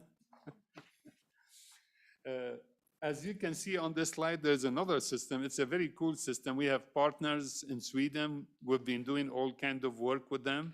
And in Sweden, they developed a system where you can use a cell phone, put it in a vehicle, and you can measure the roughness, just like the way we're doing it on our paved roadways, with the $1 million piece of equipment, that comes to the state to measure the roughness on the paved roadways. We can use smartphones, and we can determine the roughness on gravel roads if we need to in the future. Next slide, please. And again, our partner in Sweden, we've been sharing and working back and forth, so we can determine condition the way you see it on the screen. In southern Sweden, they have green, that's where they have the population heavy, that's where they maintain roadways in good shape. That's why they are in green. And you can see the red, in the northern side of the country there. We can do something similar to this in the future if we need to, for gravel roads in the state of Wyoming. Next slide, please. Now, what we are proposing after some really lots of discussion with the county engineers in the state is what you're seeing on the screen. This is the kind of data that we need to collect because they believe that their maintenance is driven by the traffic volume, the ADT, the number of vehicles they have on those roadways per day, by the truck traffic, the AADT, the truck traffic is really significant. If you have truck traffic, it's gonna change the condition of gravel roads quite a bit. So we're proposing we need to collect such data. The roadway width, the gravel road width, that's very important to them. That's how they maintain their roadways. Where they have heavier traffic, they make the roadways wider. These are the kind of things that we need to collect. In addition to this, it's really important for us to identify the land use, such as industrial activity, residential, recreational, or agricultural. So if we determine the land use, in the future, in addition determining to traffic volume, truck traffic, width of the roadways, then we can come up with a system so that we can determine the costs associated with this type of information. And then the system would be functional, it would be realistic, and then we can determine the cost associated. If your committee is interested in maintaining industrial roadways in the state as an example, then we can put a dollar figure on industrial activities or residential areas or agricultural, those roads which are agricultural. So we can determine all of these needs based on land use. Next slide, please. So in addition to this, I want to touch on this very quickly, the safety component. When it comes to gravel roads, it's not just the condition of the roads. The condition of the roads is very important, but sometime in the future, we need to consider safety. And when we look at gravel roads, there are lots of potential safety improvements for gravel roads.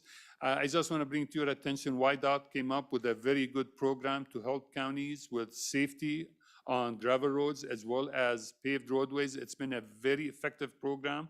This is probably the only pot of money for counties so that they can apply for funding through YDOT so that they can do some safety enhancement on their gravel roads as well as their paved roadways. Next, please. Now, I'm going to go through these very quickly. Some of the low-cost safety improvement on gravel roads would be signs, as you can see. Next slide, please. Signs we have lots of roadways with, gravel roads with very sharp kind of curves without any advanced warning signs, and they're really important. Next, please. As you can see here, sometimes you can't see the curve. We all know it. We drive on gravel roads, straight shot for miles, and all of a sudden we hit the 90-degree curve without any advanced warning signs, and that's where we get our crashes on gravel roads. Next, please. Next slide. Cattle guards, we have some of them that are very narrow. Safety concern, maybe there's consideration for the ones with heavier traffic volumes to increase the width. Next, please. We have lots of locations like this. We have done lots of safety evaluation on gravel roads around the state. You would see some steep embankment. And then, if somebody would lose control, they end up in the ditch. So this is something that we need to give some consideration to in the future, in a future system, hopefully, which would take care of the safety enhancement on gravel roads. Next, please. Same thing, there are all kinds of other examples. Next slide, please. So what we're proposing with this system is to come up with something really straightforward, which would help everyone. We already identified the data that we need to collect based on consultation with the counties around the state, and we know we can do it very effectively in the near future. Next slide, please. Now, these are the 6 steps that we need to go through. by consulting with our partners around the state, the counties, and the Wyoming County Commission Association and YDOT, that we can collect all the data that we need. And the way I described it to you, we can turn this into a gravel road management system where it would be helpful not only for the counties, but for you as well, so that you can estimate the needs of gravel roads around the state. Next slide, please. Now, this is the systematic way. These are the different steps that we have to go through in this slide so that we can make it happen. Next slide, please. Now, I just want to give you a quick idea about, what counties have. Like this is a quick example of Carbon County, how they do their things when it comes to gravel roads. Again, just a quick example. In Carbon County, they have about 1,000 miles of gravel roads. And in order for them to maintain those gravel roads, they came up with different categories and different level of maintenance. And as you can see here, they have around 491 miles where they need to maintain them year-round, and these are gravel and paved roadways, the way they came up with their classification.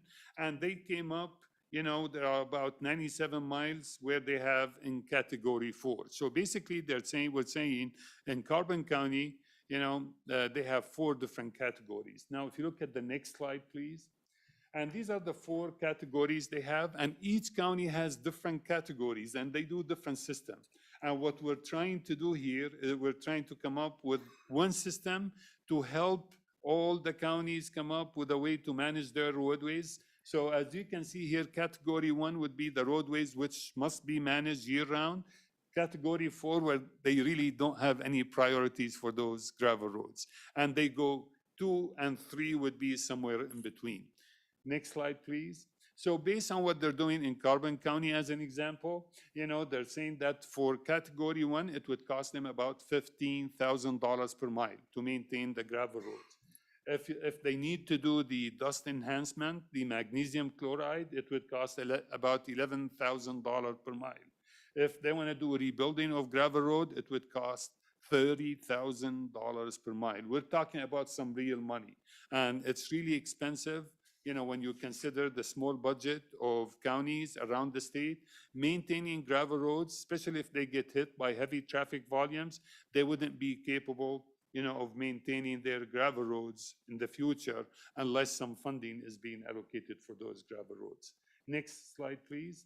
So that's basically what we are proposing in here. We're proposing a simple system with simple data collection by working with all the counties to make it happen so that we can identify the needs and come up with a systematic way for all counties to manage their gravel roads in the future. Thank you for being good listeners. I try to make it quick so that we can have some good discussions at the end. Thank Dr. you, Mr. Casabati, Chairman. thank you. And I think that was a great presentation. Let me ask, are there any questions, committee, at this point? Okay, I have one, and maybe you'll get to it, both of you. I understand some counties are already using this concept. Am I correct? Mr. Chairman, I'm not aware of any county that's using this sort of system for gravel roads. Obviously, we do have the pavement management system, and that is being used successfully across the state. All right. So, and Mr. Riemann, I guess you have some additional Yes, comments and presentation to Mr. make. Chairman, I just Continue. have a few additional pages that I provided to you. So just quickly, how is this system currently funded? And so what I provided you is a sheet from the LSO data handbook, which outlines how the gasoline tax is currently assessed and distributed. As part of that distribution, and this will come in the pages that follow, the state withholds $150,000 on an annual basis from the county portion of the gasoline tax and distributes that to Dr. Sabati's office so that we can undertake the pavement management portion of this particular process. Mr. Chairman, I did provide you with the relevant state statutes for this particular issue. 2117-115A has a collection of a certain dollar amount that goes to the UW program for training purposes. So that's one component of this, to assist counties as well as other local governments that are referenced there to participate in this. There are other funds that occasionally come to the university. I know that the doctor often is pursuing grants to support the program and the training that is ongoing, but that's one piece of the equation. 24-110 is more specifically the county contribution to that training program. What is really relevant and our ask of you comes in place in 39-17-111. And you'll see in the middle of that paragraph D, little Romanet 2, that this capture of that $150,000 to help fund the system. At a minimum, my members are asking that we increase that to $300,000 on an annual basis. And obviously, we'll need your support in doing that. I will be meeting with my board members over the course of the next 2 days, and we may come back to you in August and say that we'd like to contribute more.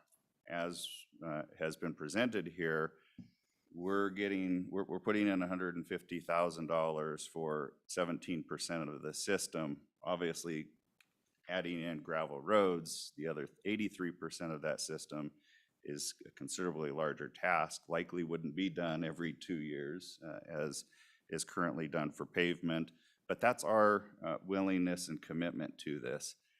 Mr. Chairman, we are asking that the body also consider a state match of that. We ultimately believe that these gravel roads, for a lot of reasons, that the state has a vested interest in this information just as much as the counties do in being able to understand and maintain them. And I make that case based on the fact that there is a lot of industrial development in our state that happens down these dirt roads, as well as other agricultural and other purposes that fuel our state. So, Mr. Chairman, again, to be more specific, our request is to at least double our contribution at the local level, and we'd like to explore some way that the state could match our contribution to this program.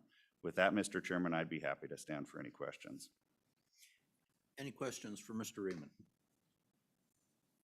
Representative McGuire. Thank you, Mr. Chairman. So how long has this allocation, $150,000, been in existence?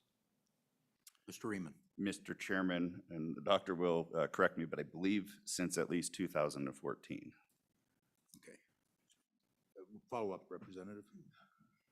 So what has it provided to the counties at this point? Mr. Chairman, I'm actually going to let the doctor.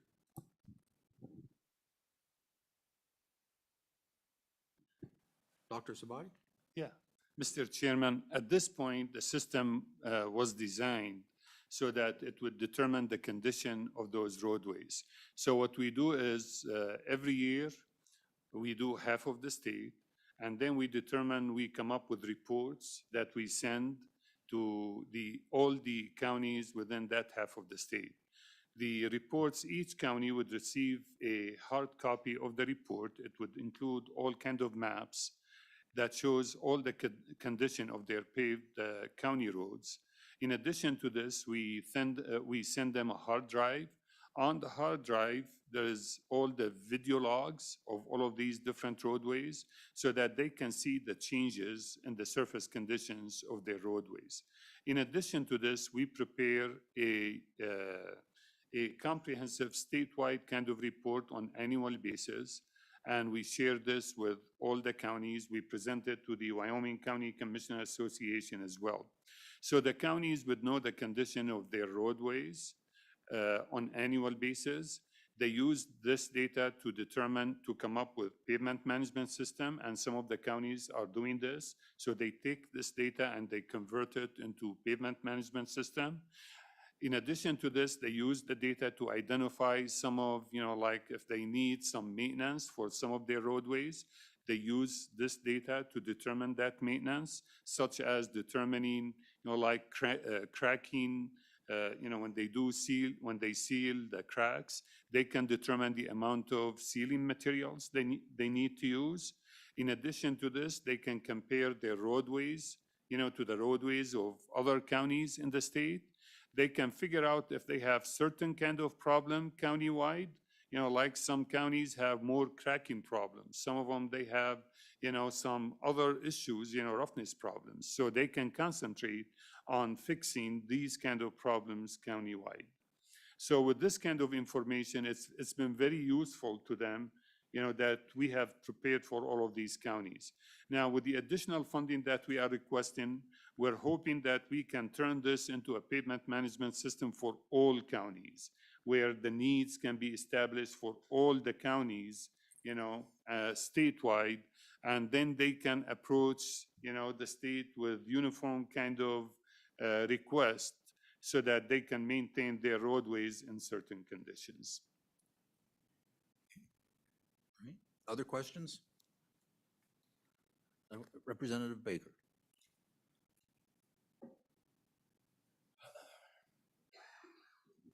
Thank you, Mr. Chairman and Doctor. A little closer, please. Yeah. There we go. I see you've divided the state into east and west.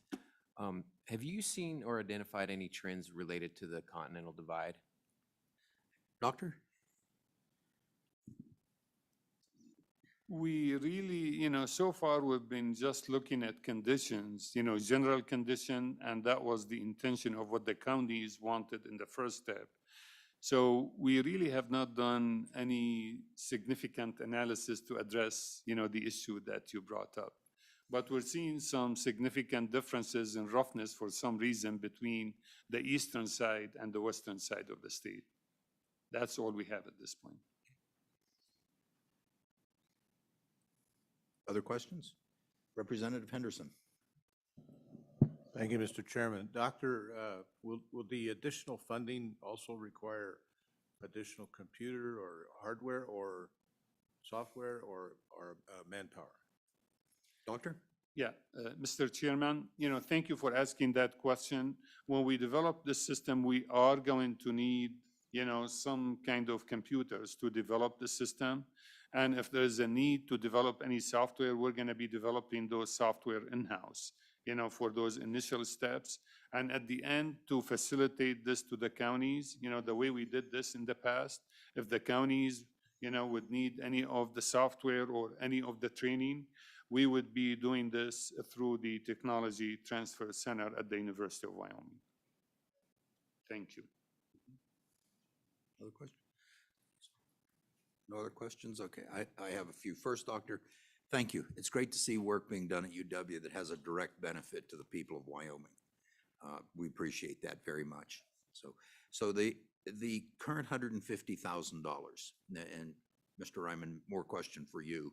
The doctor does the research, you have to handle the money. Where does that money come from? Just for the committee's edification and that.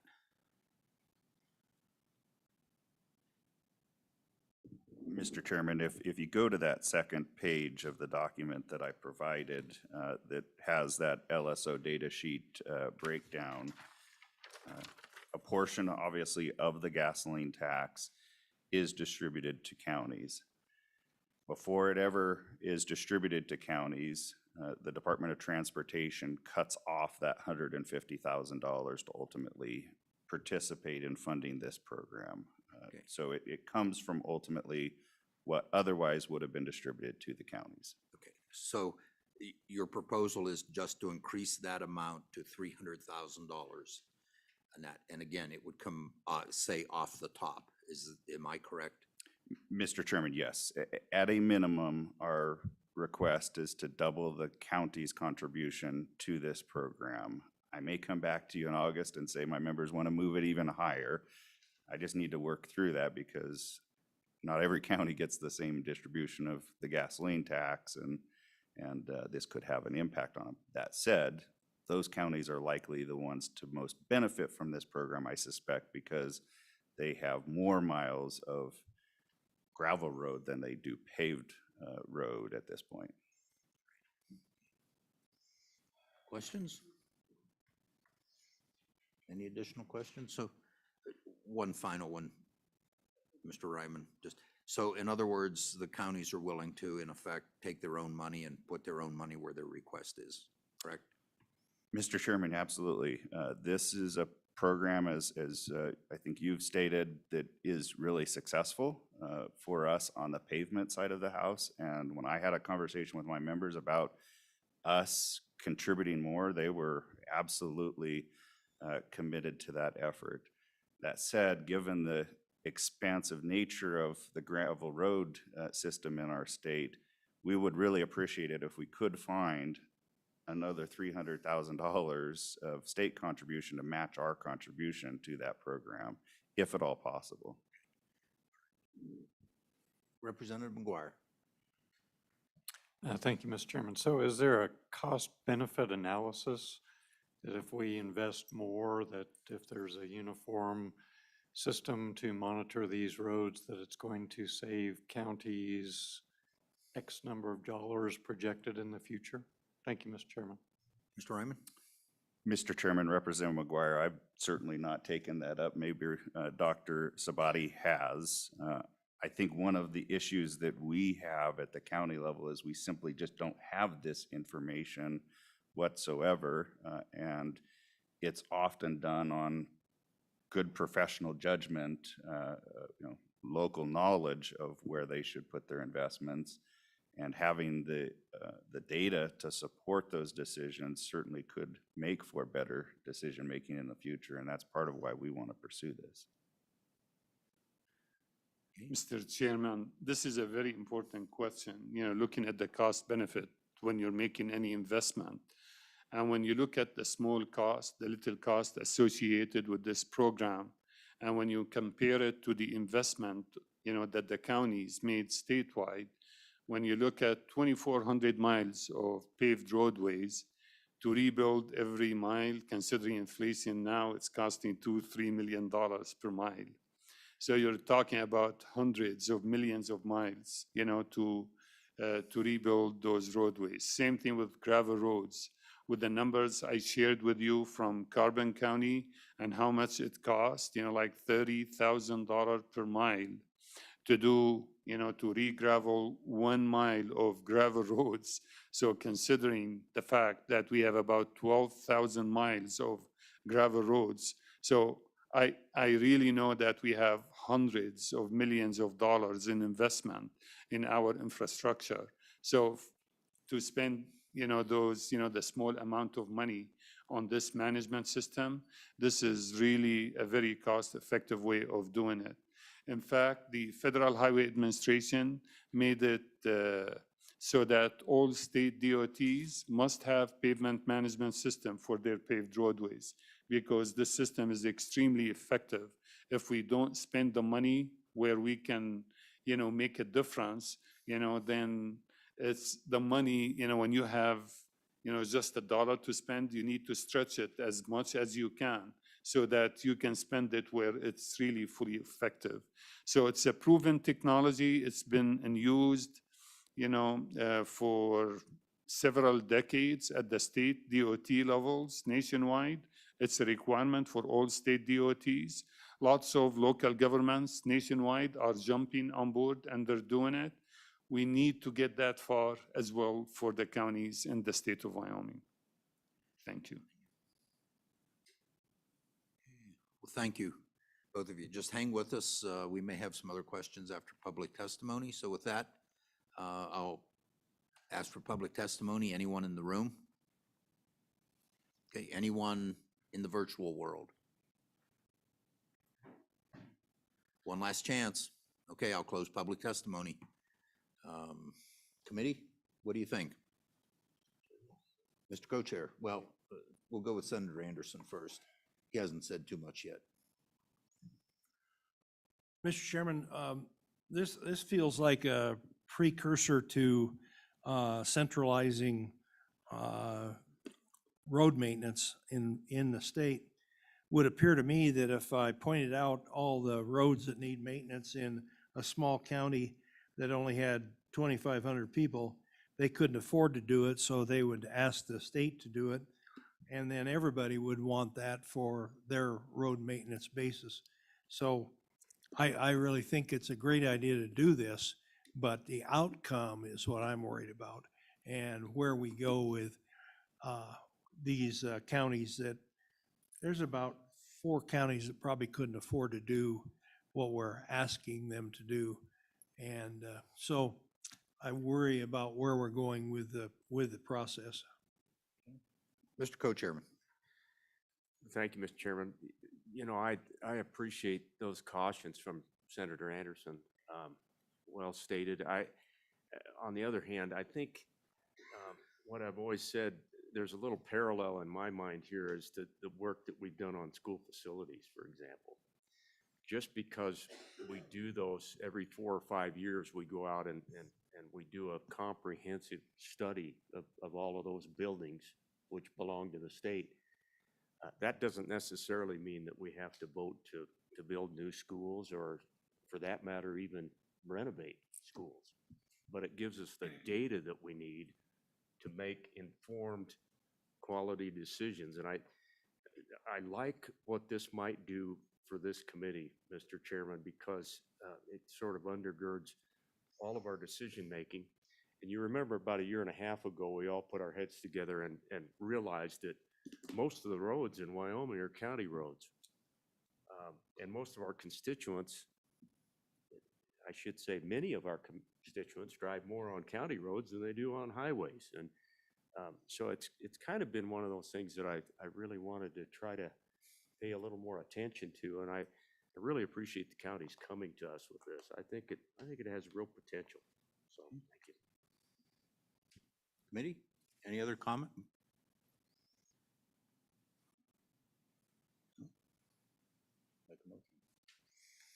Mr. Co-Chairman, I would make a motion that, or just ask staff to, I'd like to see a bill draft on this. We can take it up at that time, and whether or not this committee supports it, we'll find out. But I think that we would want to include a budgeted amount so that we can have that discussion at that time. But I think we ought to draft a bill to include the gravel road system in the work that's done at the University of Wyoming. Appreciate it, Doctor, for all of your great information that you provided for us, by the way. Thank you. Thank you. So Heather, I think what we're saying is if we need to specifically include this work on gravel roads, to put that in, but I think what we're looking at is probably 3917, 111, a change in the amount from 150,000 to 300,000. And I think that's one where the counties in effect are putting their own money up to do this. So I'll let you look at it and what we need to do. Question? Mr. Chairman, this is after evaluating it just through this morning, so this may change, but also it looks like paragraph 3 is the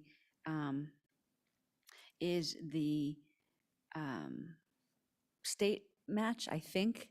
Do you want that affected at all or changed? Let's do that so that we have a discussion point for August. Okay. Yes. Okay. With that, just a heads up, if you need to take a break, go take a break, but come back. That concludes that discussion of county road gravel road maintenance. Next topic is Wyoming operations. And that one of our favorite topics.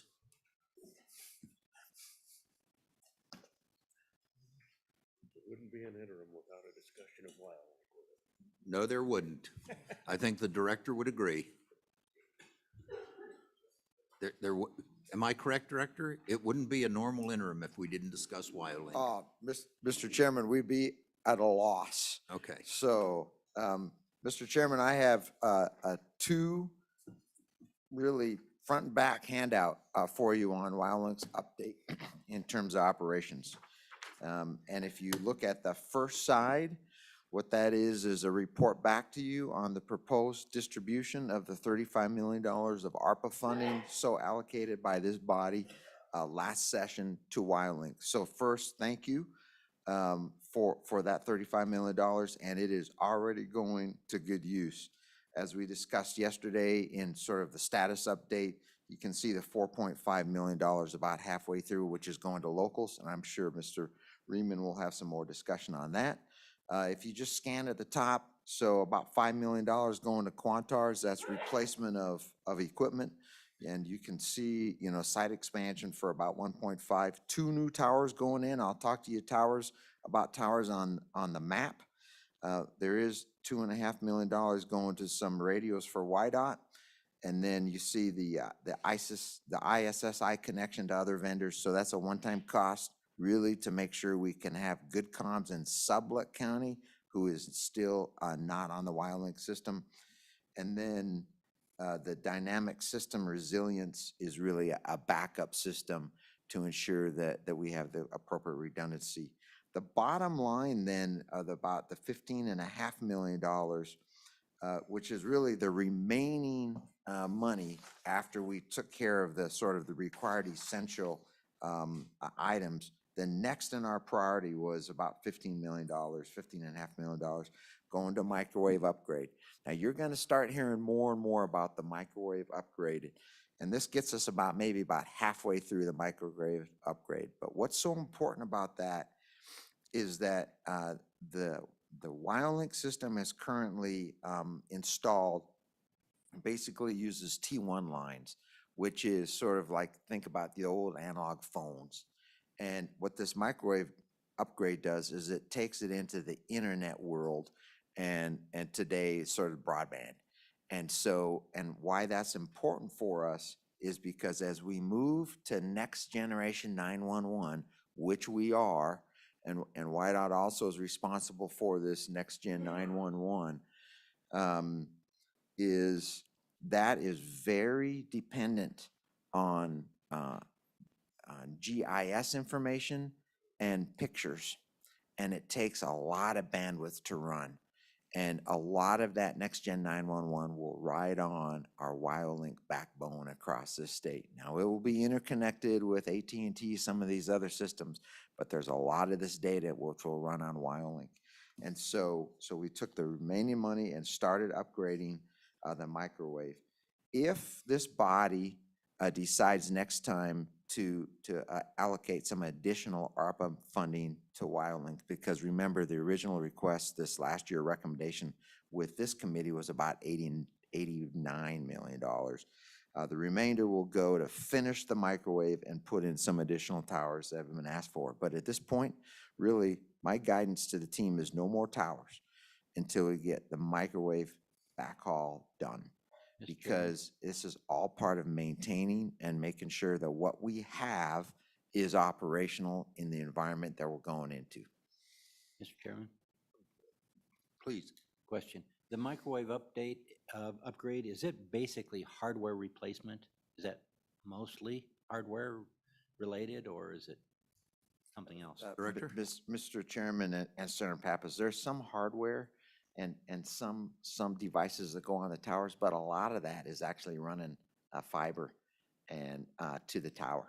So that when you start talking about fiber in the right of way and broadband in the right of way, it's very closely interconnected to this backhaul. In fact, as we're working with the broadband companies, part of the discussion is, hey, we actually, as the state, need to have a bunch of fiber in there to run to our Wyoming towers to support microwave, which supports next gen 911.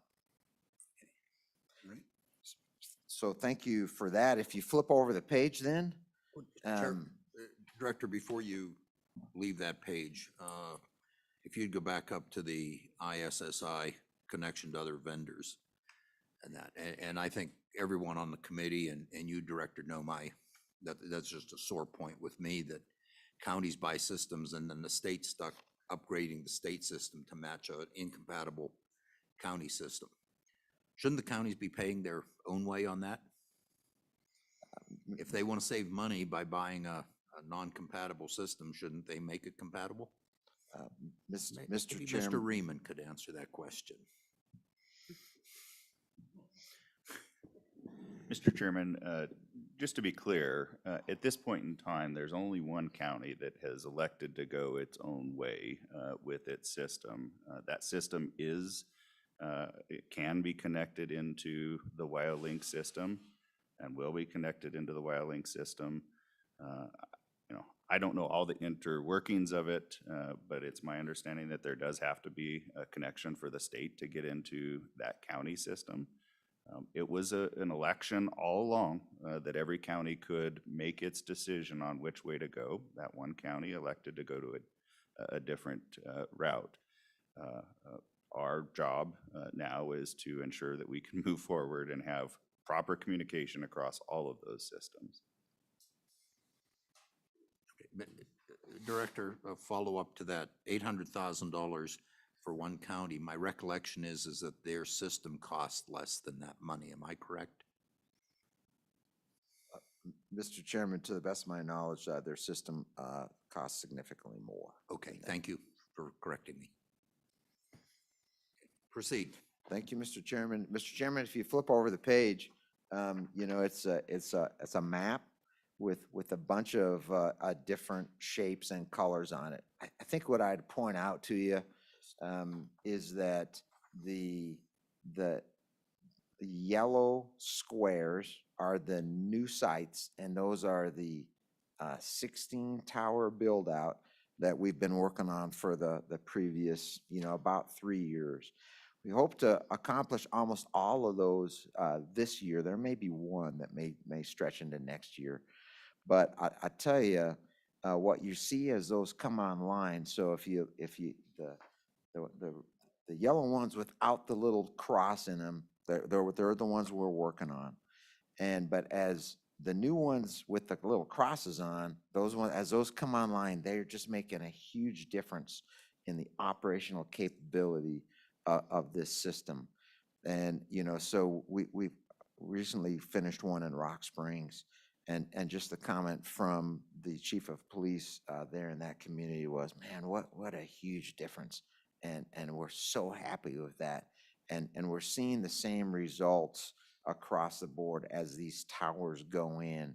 And so, my hat's off to the technical team who really decided where those need to go and stay operational. Probably the other really big success I'd point out is one in Teton County, which actually sits up on Teton Pass. And really the capabilities that were provided by that tower were instrumental in making Teton County make the decision to go pure WyoLink and to completely adopt that system. So again, a nice success story there. In the areas where those aren't quite complete, there's still some frustration. So I had a lunch a month ago with Commissioner South and the mayor of Evanston, and there's still frustration in that community with some of the WyoLink comms. But as you notice, there's a nice yellow square, and we are actively working, to make sure we've got comms there. So as those come online, the system will be even better. What's interesting is that there have been additional requests for towers. And that's as communities really have said, hey, I think as they're gaining faith in this system and understanding that, yeah, this system is working and that the interoperable capability provided by this communication system is really important, there's more and more interest in more towers coming online. And those extra or more towers being requested, those extra towers requested, again, certainly willing to consider after we finish out the microwave backhaul. And they all really pertain to, again, filling in some of probably the little holes that are left and enhancing capabilities within towns, which we're okay, I think supporting and bringing onto the system. The only other thing I'd point out on this map would be the little squares with an A in them, the little A. So those are the 2 ARPA sites. And so you'll see one of those is up just north and west of Sheridan. and the other one is down by Saratoga. Again, as we looked at, hey, priority areas for new towers, that's where they were. Mr. Chairman, that would conclude my operational update, and would be happy to answer questions or pass the mic to Mr. Riemann. Questions, Representative or Senator Furphy?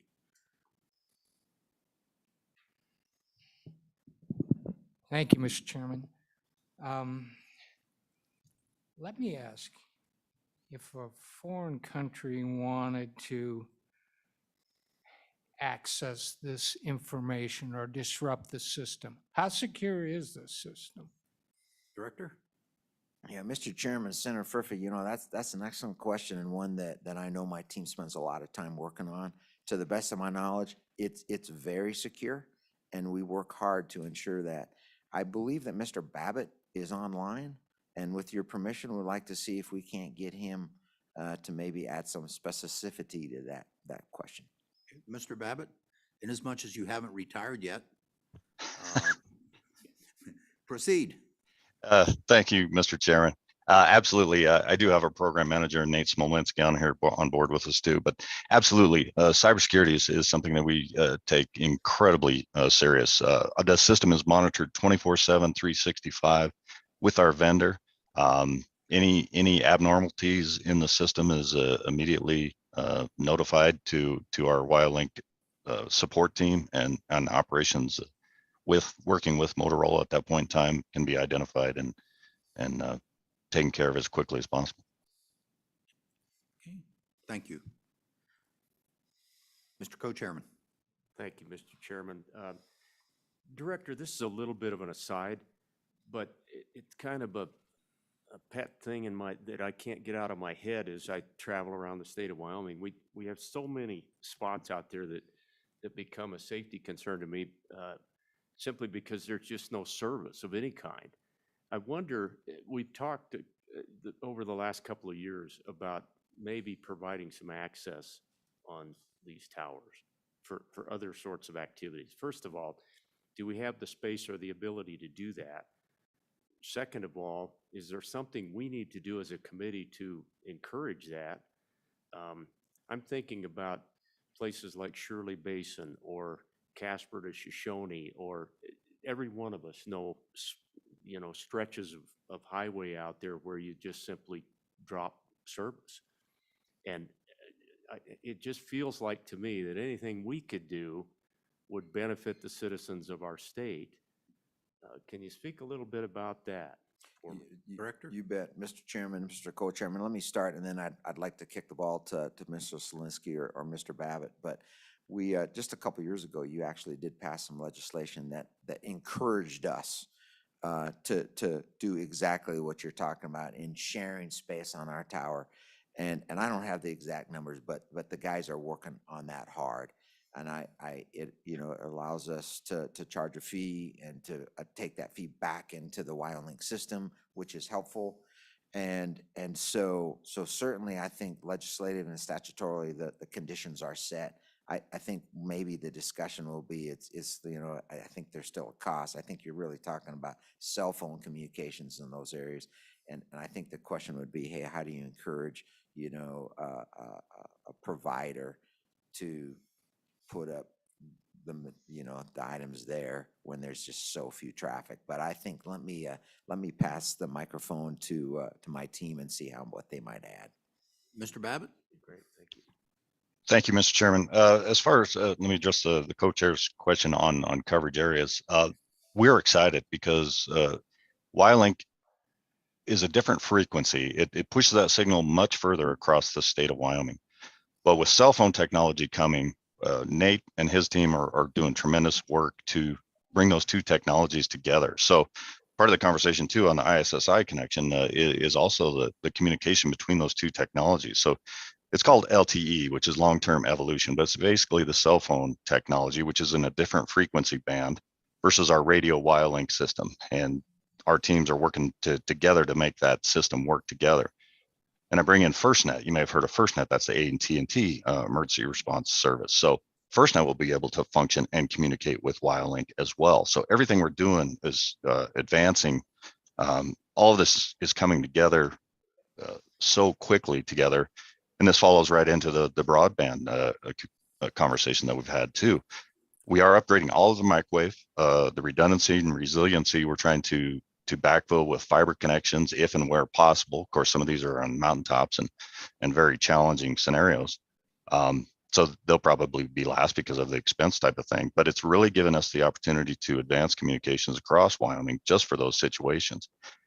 The co-locating of the towers, that is correct. There was legislation that was passed. We have worked with probably broadband providers more than the cell phone companies for coverage area, and we've already got success stories of broadband being able to pick up certainly over there by Orange Junction, that area. I think in working with a vendor over there, we were able to pick up at least 14 to 20 rural customers that had never had high capacity broadband into the future. So we are having success, certainly on that side of the fence.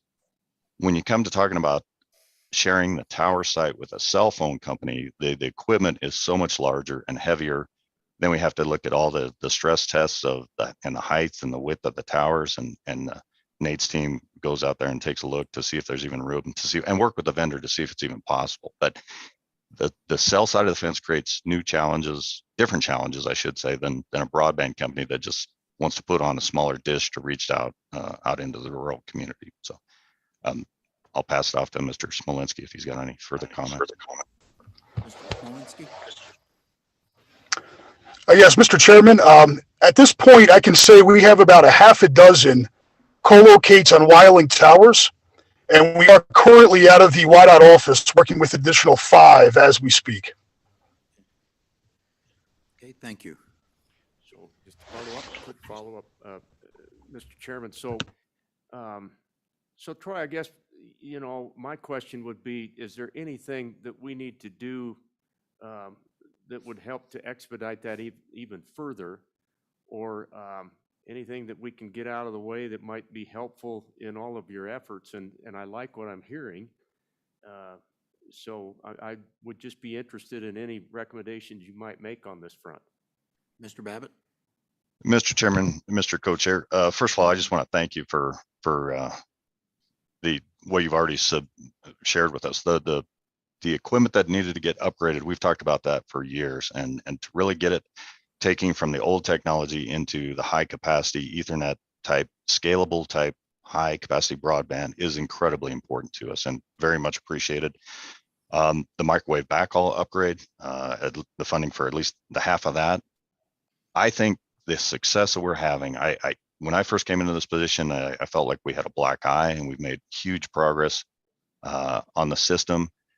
I think, as we've talked about, there's only one county now that has their own system. I know at that point in time when we came on board, there was several counties that were talking about going back to their own systems. And I have to credit my team. They've done an amazing job being out there talking to the counties and gaining the confidence and listening to the counties as to what they need and working this jointly together. So as far as legislation, if there is an opportunity for round 2, that would be much appreciated. We'd fill the gaps. We'd finish the microwave build out like the director said, and then we would look for the next advancements to benefit the state or certain counties. So. Okay, thank you. Other questions? Nope. Thank you. Oh, you have some comments, Mr. Raymond? I apologize. No, Mr. Chairman. I didn't mean you're to cut you off. No, Mr. Chairman, again, members, Jeremiah Riemann here on behalf of the County Commissioners Association. And to your pointed question there, Mr. Chairman, one of my goals in this conversation is to get past that remaining angst that exists relative to this system. I think you've heard me testify in the past that there are couple counties beyond just the one that went entirely its own way that are continuing to maintain analog systems simply in spite of the concerns that exist around this system. I want to work past that, and I do think that we're making considerable strides to that end. Mr. Chairman, I think part of that is referenced on the second page of the director's handout. You see several blue triangles on that map, and those reference sites where counties have installed towers, Wyolink towers, to help build out this system. They maintain those. They are responsible for the costs of those towers.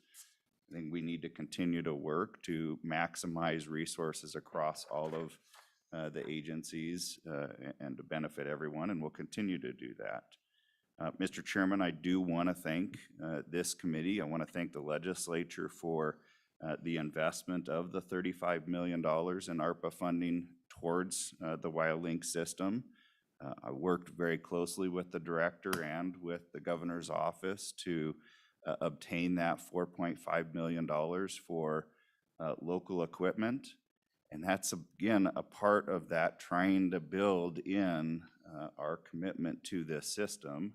And that will go towards radios and consoles. And it goes beyond just the counties. That will benefit local municipalities and other first responders that are out there. And I have sat down with the Department of Transportation and the Office of Homeland Security as they build out the rollout of that program, and I'll continue to do that. I also want to thank you for committing what is local funding from the mineral royalty grant towards the operations maintenance system. We couldn't use the ARPA funding to put together a long-term contract for that. It was determined to be non-eligible. So the backup for us was to use that mineral royalty grant to cover the local portion of that cost.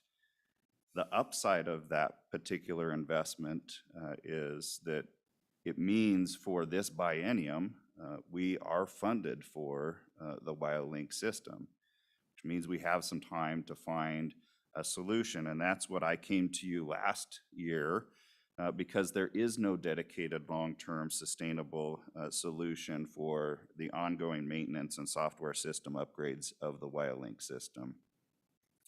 My commitment to you, our goal at that point in time, was to identify a solution for all, and I want to emphasize all users of the system.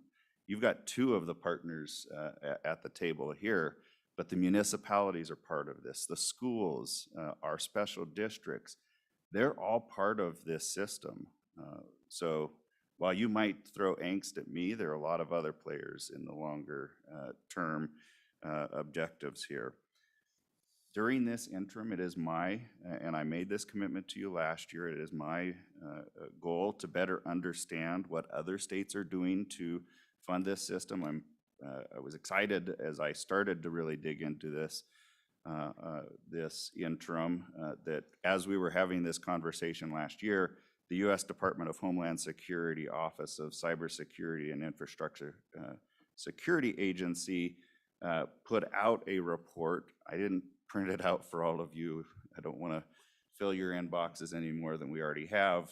And that looks at funding mechanisms for public safety communication systems. They've evaluated what is existent or in existence in other states. I'm happy to say for the most part it generally aligns with a lot of what we've looked at, but there are a couple of additional things in there. And I'm going to dig into that report, and my goal is to come back to you and work with you and many of the others that are in this room with maybe one or two bills that you can consider at one of your next meetings so that we can take that forward and hopefully achieve that goal. But ultimately, that's going to take a partnership amongst all of us and some perhaps willpower to get a solution across the finish line. And on behalf of all those others that participate in this system, I will take the leadership on that. Mr. Chairman, I'd stand for any questions. Questions? Senator McCune. Thank you, Mr. Chairman. Really kind of a simple question. Do we have an end state on this system? Or is it just a living, breathing thing? I mean, do we know what success looks like? Director? Thank you, Mr. Chairman. Thank you, Mr. Chairman and Senator McCune. From this director standpoint, I think it's like any system, it will evolve and it will change, and I'm probably okay with that because I don't see a communication system ever being static, and technology changes. My sense is that we are getting significantly closer to having, a comprehensive, interconnected communication system that everybody in the state can use. And in my mind, that's the end state. And then you just maintain it. So when you start talking about, hey, where are we at and what's the end state? As you look at, hey, we need to upgrade the system for next gen 911. We're moving there. And then what we've said is, hey, we've done a comprehensive study, and there's, I think, 16 or 17 more towers that would really facilitate communication specifically for other users on the system, which I think as a state, this started as a transportation system, but it's matured well beyond that. And I think that's good for us as a state, as counties and municipalities and school buses and all the people that Mr. Riemann talked about. Hey, that's right. And so I would say, as you asked us last year, how much money do you need to sort of finish this thing out? And we came up with, I think is $85 or $89 million. In our mind, that's still for the foreseeable future, that's built out. Now, will it change over time? Probably. But there's only 100,000 square miles in our state. And as we put these towers up and sort of facilitate the angst still in some counties, because Mr. Riemann's right, there's a couple others that out there, and we talked about, Uintah County, haven't had, but as we start dealing with those specific issues, which we are, I think we get closer to build out. And so I'm comfortable in the direction that we're going. Mr. Chairman, if there's a follow-up. Follow-up, Senator? Thank you, Mr. Chairman. My concern is, you probably remember a statement we used to use, perfection is the enemy of good enough. At some point in time, do we have outlined goals of what we're doing with it? Or do we find new ways to use it and add more stuff? And I'm not saying I necessarily believe one way or the other. It's just a question, as resources in the state start getting tighter, at what point in time do we declare at least a marginal victory? Thank you, Mr. Chairman. Director? Yeah, Mr. Chairman, Senator McCune, I appreciate that. What I might suggest is, we do have a commission that's appointed to look after this system.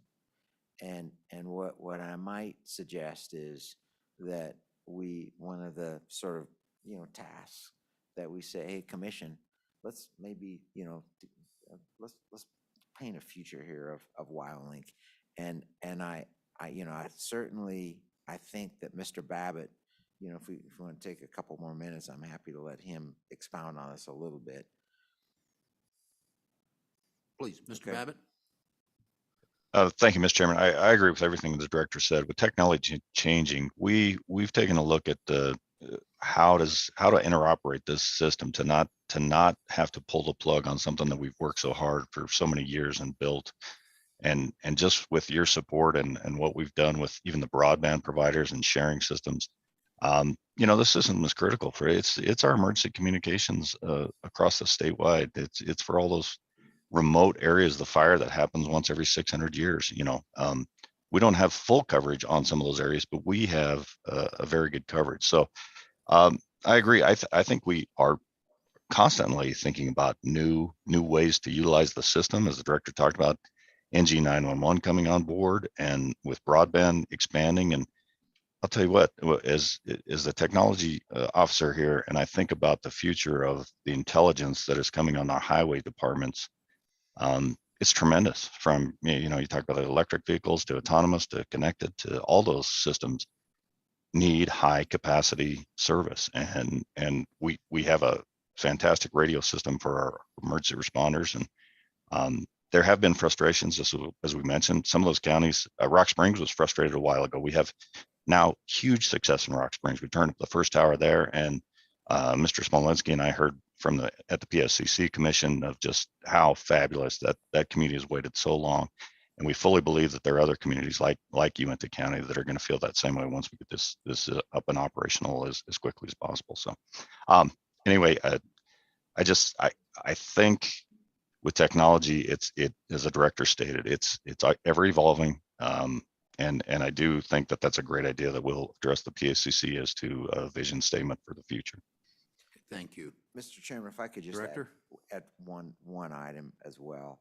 I think a lot of it goes to what Mr. Riemann actually brought up, and you start talking defining end state is, you know, there's still angst out there. And I think elimination of angst and acceptance of the system and not having multiple systems and having one system. I think that's that's an evolution, which I would also say, hey, take ourselves beyond Wyoming. What we're talking about here is how do we as a state, you know, how do we want to do our emergency communications and how are we going to do that? And so I think, you know, an overall acceptance of, hey, here's where we're at. And is that would, you know, that's not hardware, you know, that's almost philosophical. So I'd probably add that softer side to the definition as well.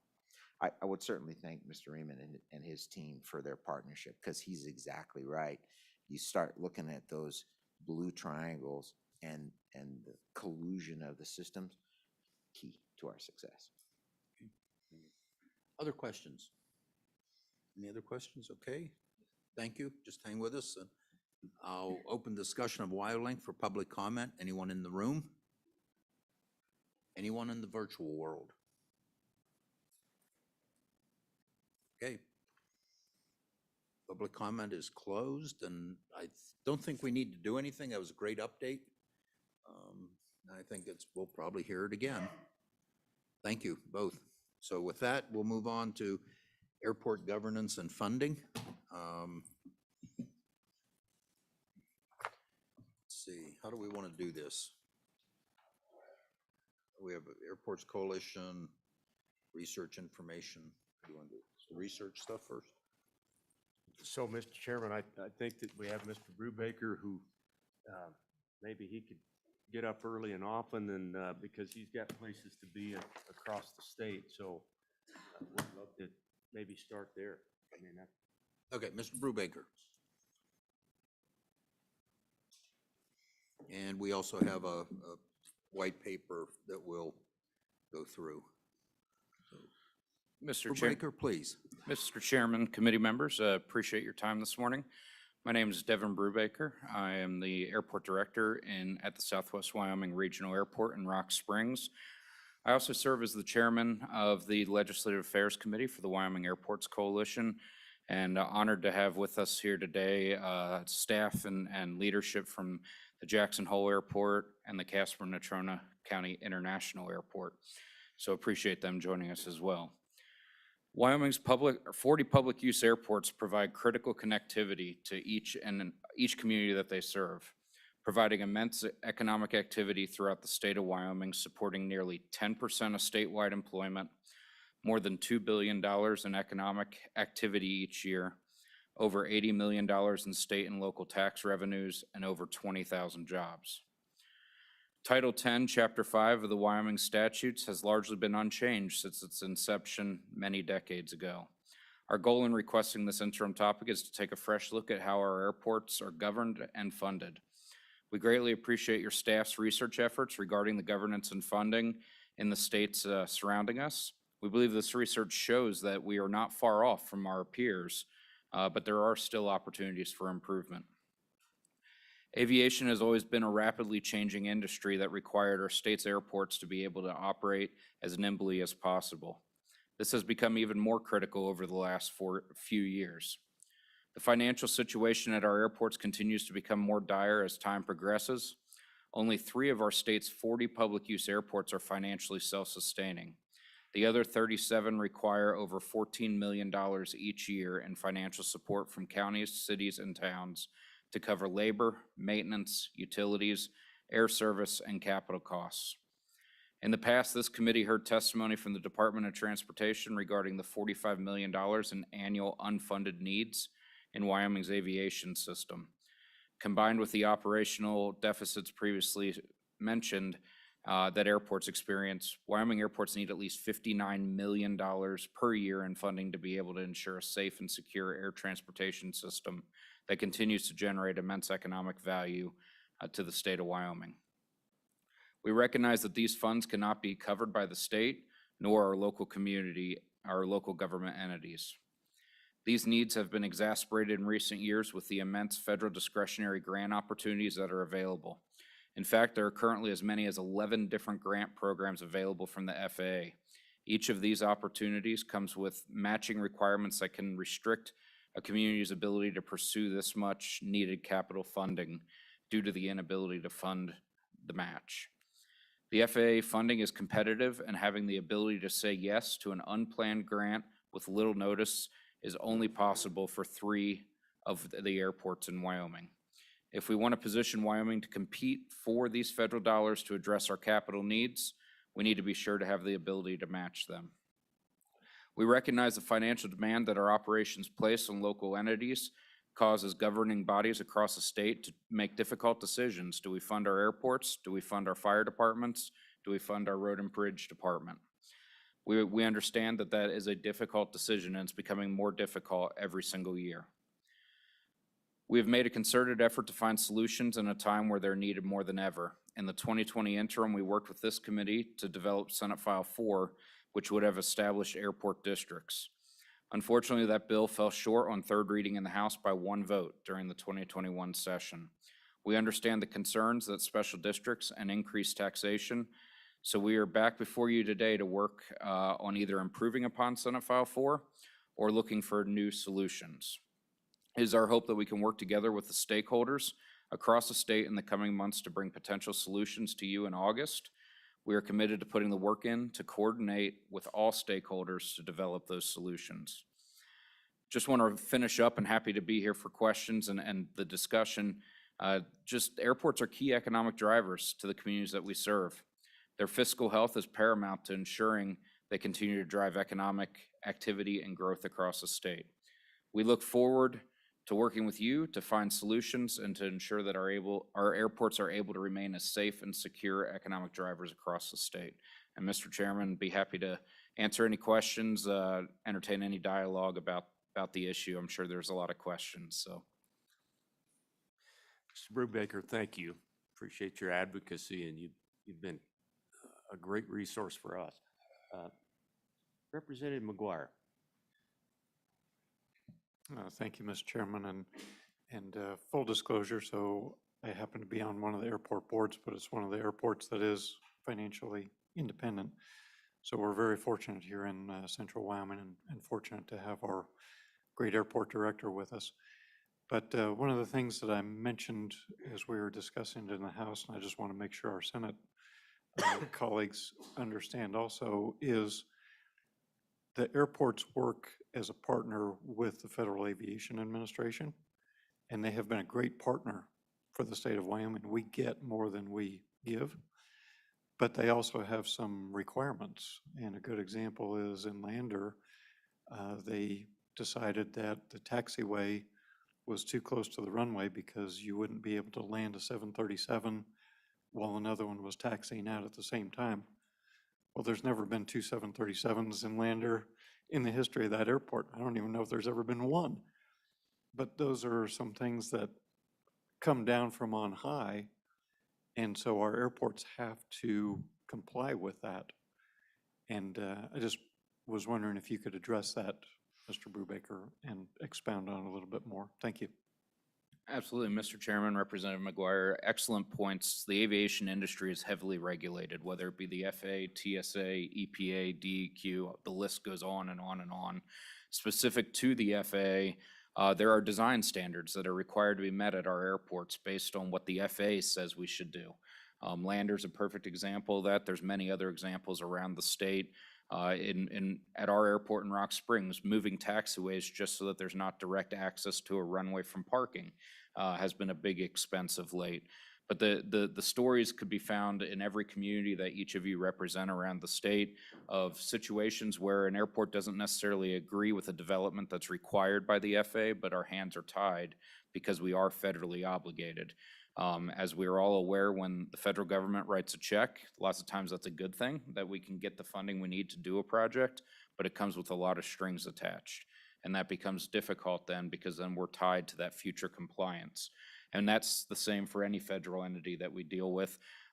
There's many industries out there that would argue that they're the most heavily regulated in the country. I would say that aviation is right up there with the worst of them. So we're challenged with that every single day. The other challenges that come with that isn't just capital. We have specific ways that we're allowed to use our revenue, specific ways that we're allowed to set our rates and charges, specific ways that we have to operate the administrative side of our airports. And that's not just here in Wyoming, that's every airport around the country. So our hands are tied by those federal obligations, the grant assurances that we agreed to take those millions of dollars every year that are a huge support to our aviation system. Any other questions? Comments? Mr. Brubaker, I've got one. We've got a very well done white paper in front of us here on the committee, provided by our legal staff, which outlines some of the variations in governance in some of the states around us. Have you run across one or two that are intriguing to you that you might think would be a good idea for Wyoming to at least take a look at? Mr. Chairman, excellent question. When we prepared Senate File 4 2 years ago, it was about a 2-year work in progress to write that bill. And it took a look at states all over the country, everywhere from South Carolina to Pennsylvania to Indiana. We looked at states that had airport authorities or airport districts, as you see in your report that your staff put together, which was phenomenally done.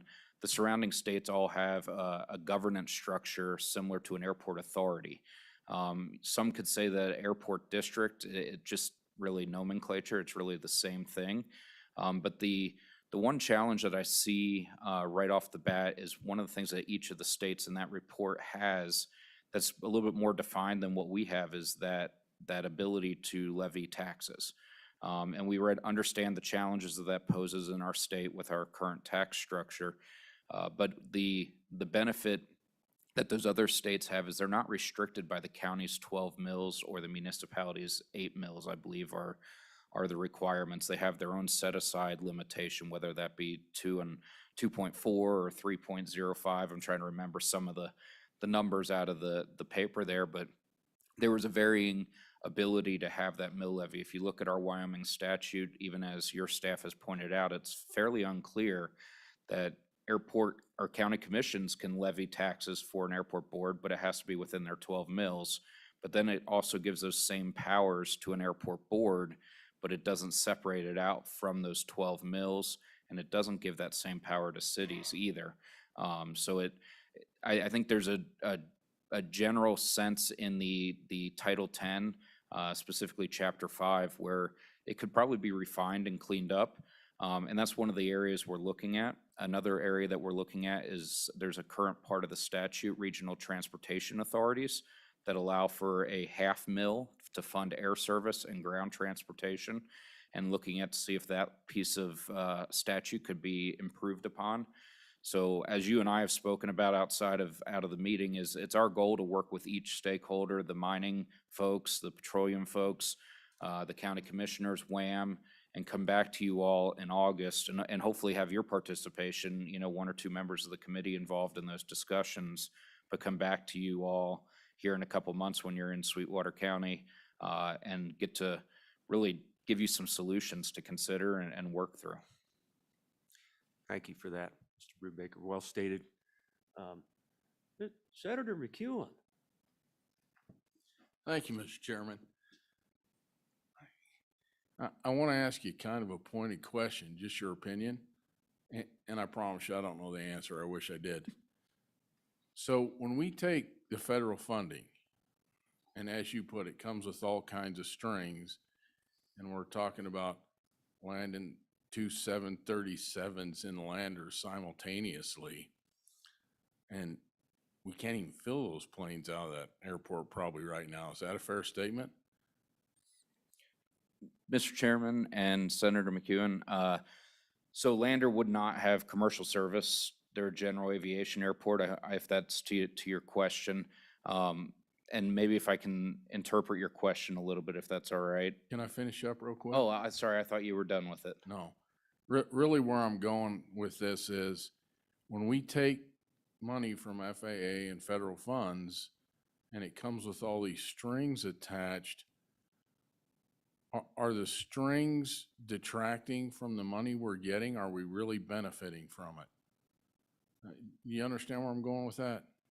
I absolutely do, Mr. Chairman, Senator McEwen. Once again, I apologize for cutting you off. Thought you were done with your question, so I apologize. The strings come attached with the money. I will say that it is worth the money. And the reason for that is if we didn't accept the federal dollars, we would still have to maintain the airports as public use airports to a certain set of standards. We would still have to meet those safety and security standards, but that cost would be borne by either the local community or the state then.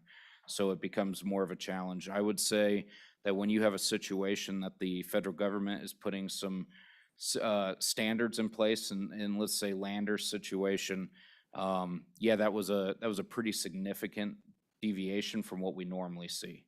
So in Rock Springs, for instance, the idea to move taxiways so that you don't have a direct entrance onto a runway from a aircraft parking apron, that is a safety improvement, and it would have been required no matter what we did.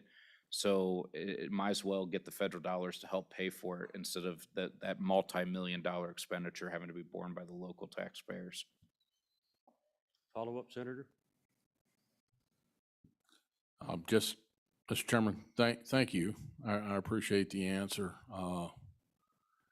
I just think we always need to be reticent and careful when we take federal funding that we're actually gaining anything from it. There's other departments in the state that we take federal funds for that we've signed up for a lot of things I wished we hadn't. So I appreciate your time and I appreciate your answer. Thank you. Okay, committee, anything further from Mr. Brubaker? All right, thank you. You guys are Devin, easy today. Appreciate it, and hope you'll travel safe. You can maybe stick around a little bit longer. Yeah, I'd be in case happy we've to. got another question, but let's move on to anyone else. Maybe one of your colleagues, or if there's anyone else that would like to come forward with any comments in this regard, we would welcome that. If not,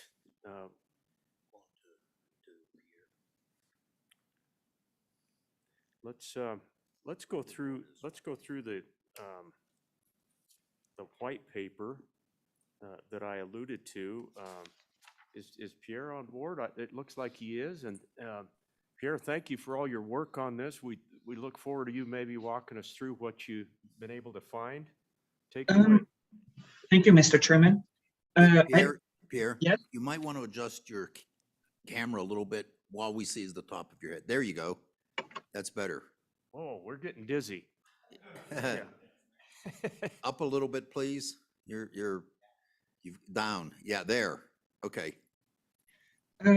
I don't have much to add to what the previous speaker said. All the states that I compare Wyoming to are very similar in the structure and in the way they fund their airports boards. The only difference that I found with Wyoming is that Wyoming doesn't mention in statutes how much tax an airport board can levy, and the only that could be constitutionally limited in Article 15, Section 5 and Article 15, Section 6. That's the only main difference that I found between Wyoming and what other states are doing. And I will stand for any questions you may have. Okay. committee, knowing that all of you read this, do you have any questions for Pierre?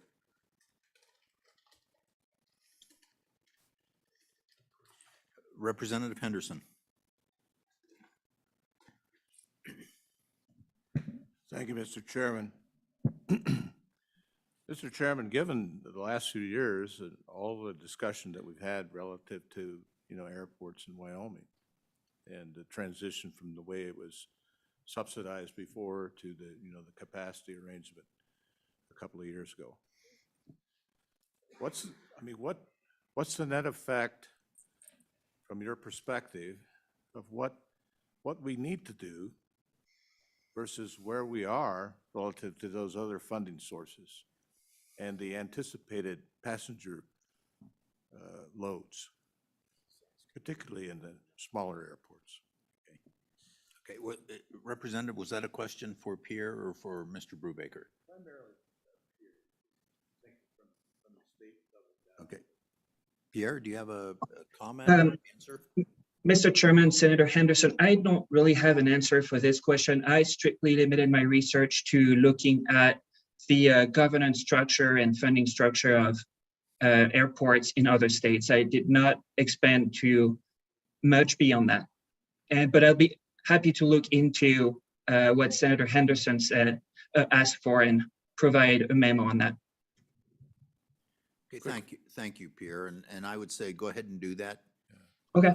To look into that information. Mr. Brubaker, do you have any comments on that question? Mr. Chairman, Representative Henderson, excellent question.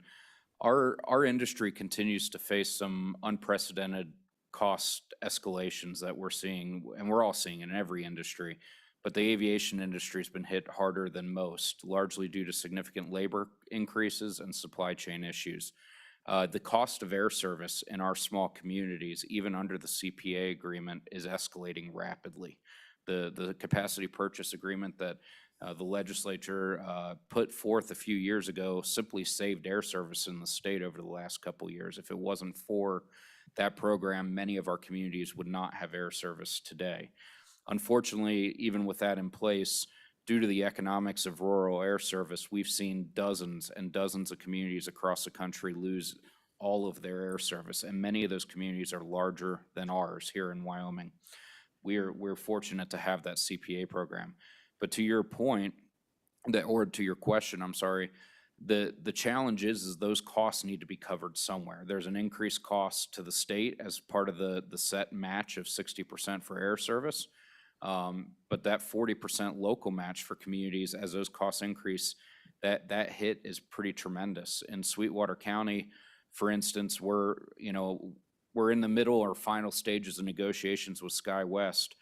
Actually, some of DOT folks are down in St. George this morning doing some negotiations right now. And those numbers are quite staggering compared to what last fiscal year numbers look like. And that's going to be a massive hit to our local government entities. So any source of funding that we can find, local control, put it in the hands of the voters, really is going to make a difference for these government entities. So hopefully that answers your question, Representative. Follow up? Thank you, Mr. Chairman. Yeah, that's on track. I guess what I'm asking really is bottom line, what do we expect that's going to be generated by setting up an airport district, given all the other constraints that you've outlined in the economic conditions that we're going to face going forward? Mr. Brubaker?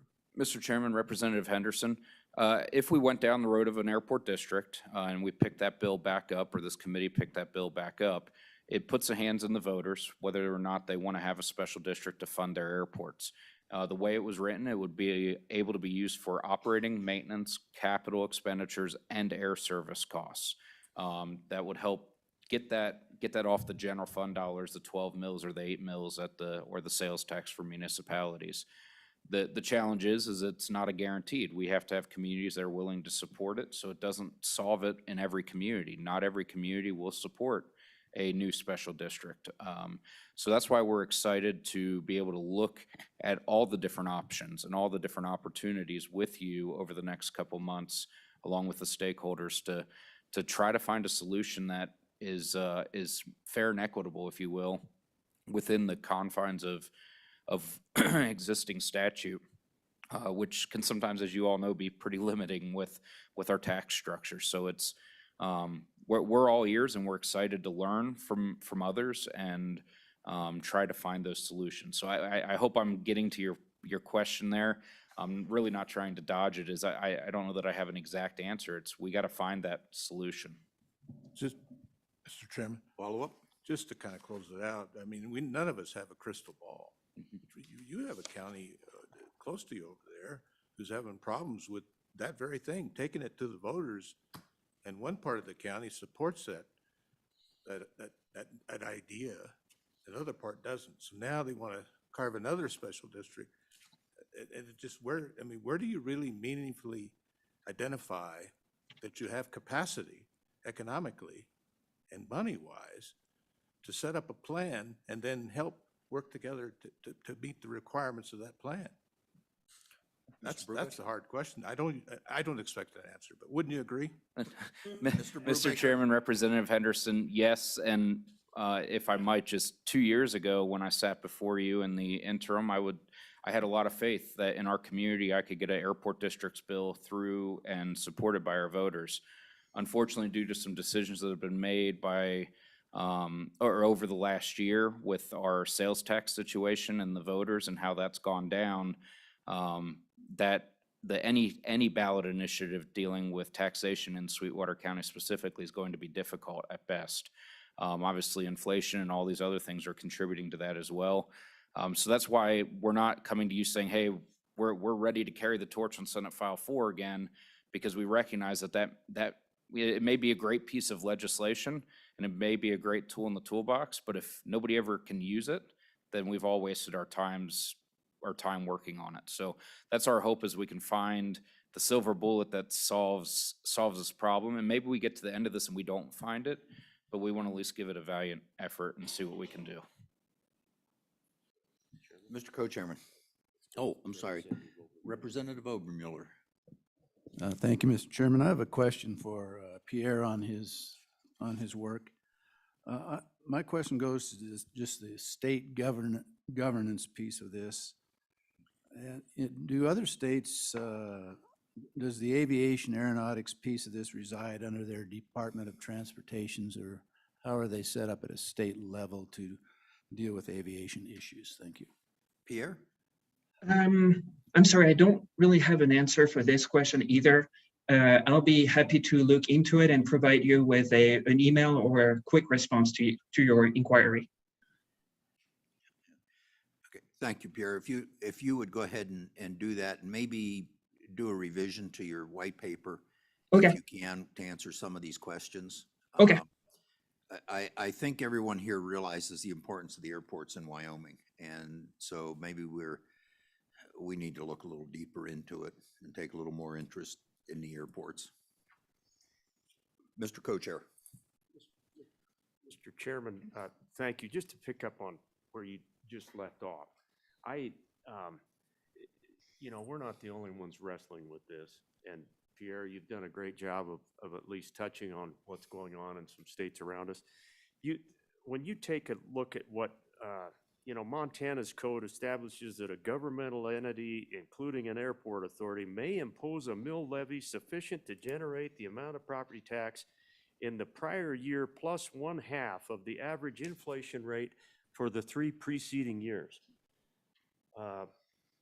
You go to another state and that statutorily limits to 4 mills a tax levy that a county or a township can establish for an airport authority. So there's all kinds of different approaches going on, but Mr. Brubaker, just to put in with your thoughts too, the problem is if it's not a solution, then it's not worth doing. We've got to figure some things out.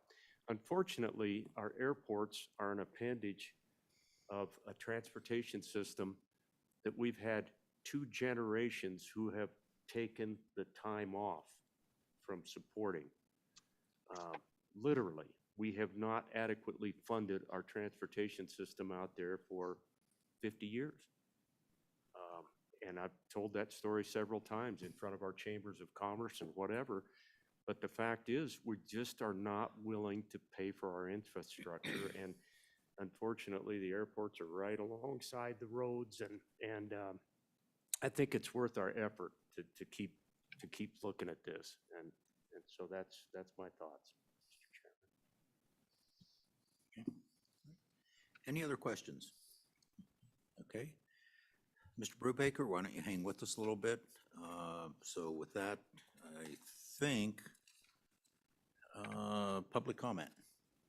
Anyone in the room want to speak on the airport governance funding issues? Please come forward.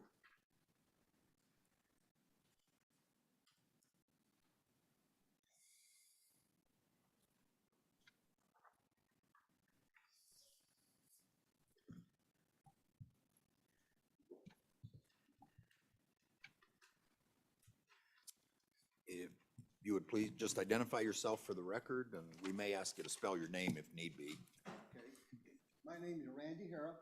I'm fortunate enough to be a member of the Aeronautics Commission. I'm a very new member. I'm learning every day. Some of these questions that you gentlemen have come up with today, I've had a very hard time answering them since I'm such a new member.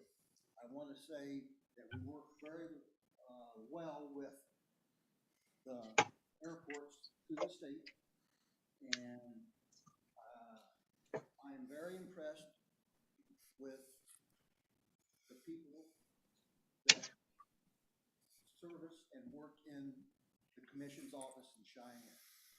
I learn things every day, just like with around the state, we're having problems with employment in the office. We're unable to use our top hands. We lost one or two, and we're in the process of refilling it. But I've been very impressed with the people that I've worked with, very impressed with the people in the commission, and very impressed with the coalition airports around the state. That's all I have to say. Okay. Any questions for Mr. Harrop? Thank you. Thank you. Anyone else in the room? Okay, with that, anyone on the virtual realm? Okay, one last chance. Okay, I'll close public testimony. Mr. Co-Chair, discussion. I know most of this was informational for us. Mr. Co-Chairman, I do think that Pierre's indicated that he'll chase a couple more things down for us. Committee, I'm inclined to at least keep this as a discussion item, for our next meeting. Whether or not we would choose to take another look at Senate File 4, we could certainly put that on the docket, and then with the notion that what can we do to make it better? I mean, what can we do to make it more palatable or change it? And so I'm inclined, Mr. Chairman, just to go that direction, Mr. Chairman, and you and I will be available to Mr. Brubaker and his people if, to help maybe put something together that we could consider in August. Okay. Senator Anderson, you reached for the microphone. Senator Pappas. Yeah, thank you, Mr. Chairman. I do think we ought to actually continue with Senate File 4. We were very close last year, and all the testimony and everything we heard on the Senate side just made a whole lot of sense to have these special districts, and it really allows the communities to have flexibility. It doesn't force them to do anything. They take a vote and they can decide what they do. So I really think we should press on with that bill. Okay. Senator Anderson. Mr. Chairman, I agree with Senator Pappas. We need to press that Senate File 4 and see if we can make it work. On a side note, tomorrow is Cinco de Mayo. We all know that, and we all know what happened in 1852 in Mexico. But did you know that today is Cuatro de Januska? Yeah, it's Januska's birthday. Yeah, yeah, oh yeah, yeah it is. Happy birthday, Glenn. Yeah, yeah. Here, here, here.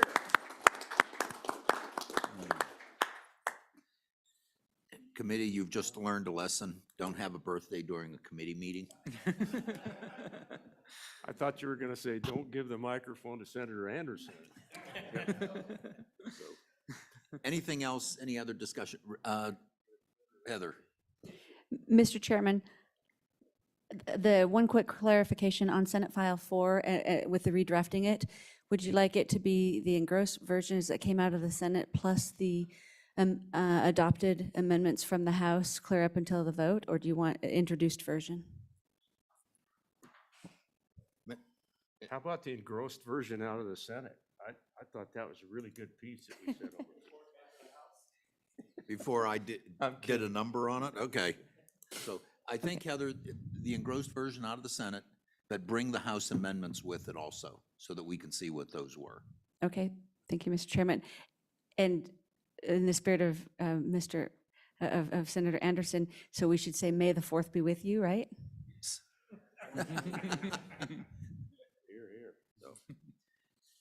And committee on that one, if you have other questions, and there have been some really good ones that you would like Pierre to maybe look into, because he's already done quite a bit of research on this, I think get those to LSO. And Pierre, I know you're still listening, so you may have some more work. With that, just so for the committee's knowledge, Mr. Co-Chairman has arranged to have some lunch brought in for us. We will take lunch, be abbreviated, but we will not work through lunch, but we'll stay here and it'll only probably be a half hour. So I think, looking at time, we're kind of getting a little ahead of schedule, which is great. And I think we can clear up some of these smaller issues. So with that, let's go to the emergency medical dispatch certification and the ARPA funds. So, Mr. Co-Chairman? Yes. I know we run the risk if we jump out in front like this. I know the American Heart Association, I think, would love to probably weigh in on this particular issue. And I don't know if they're with us, Heather. Do we have anybody virtually that we can identify as representing that group? In the interest of furthering the agenda, though, I still think it's worthwhile for us to go ahead and have a quick visit here. My thought in bringing this back onto the agenda committee was just simply that it went through one side of the legislature, went through the committee on the other side, and then this was a little bill that sat quietly and didn't make it all the way through. Didn't make it to the floor. On the Yes. Senate side. So I thought that it was useful for us to at least consider drafting this back up and taking another look at it. I know I'm looking at Representative Henderson. He did quite a bit of work on this. I think it's worthwhile, and you know, the American Heart Association did provide us with a white paper, so I guess I would encourage the committee to think that maybe we ought to take it up again in August. Okay. We can sure do that in August. I think it was a straightforward bill. One thing I would like to see, and a question I had, I don't know if the director can handle it, or if there's someone virtually or in the room who can address the issue. I know the governor set aside $20 million for dispatch through, I think, Homeland Security. And if that is available to be used for this program, or was even contemplated in that ARPA money. Is there anyone, Heather, is there anyone on Zoom for this? Mr. Chairman, there is. There is Mr. Monty McLean. And, okay, Monty's with the Park, now I remember, with the Park County Sheriff's Association. So let's do this. I think all of us remember that Senate file from last year. Like I said, pretty simple 2-page bill, just having dispatchers be able to give CPR instructions. We have the information from Mr. Garrett on the issue, which we can read. I think we're all familiar with the issue. So with that, let's let Mr. McLean in to give us some more information, if you would.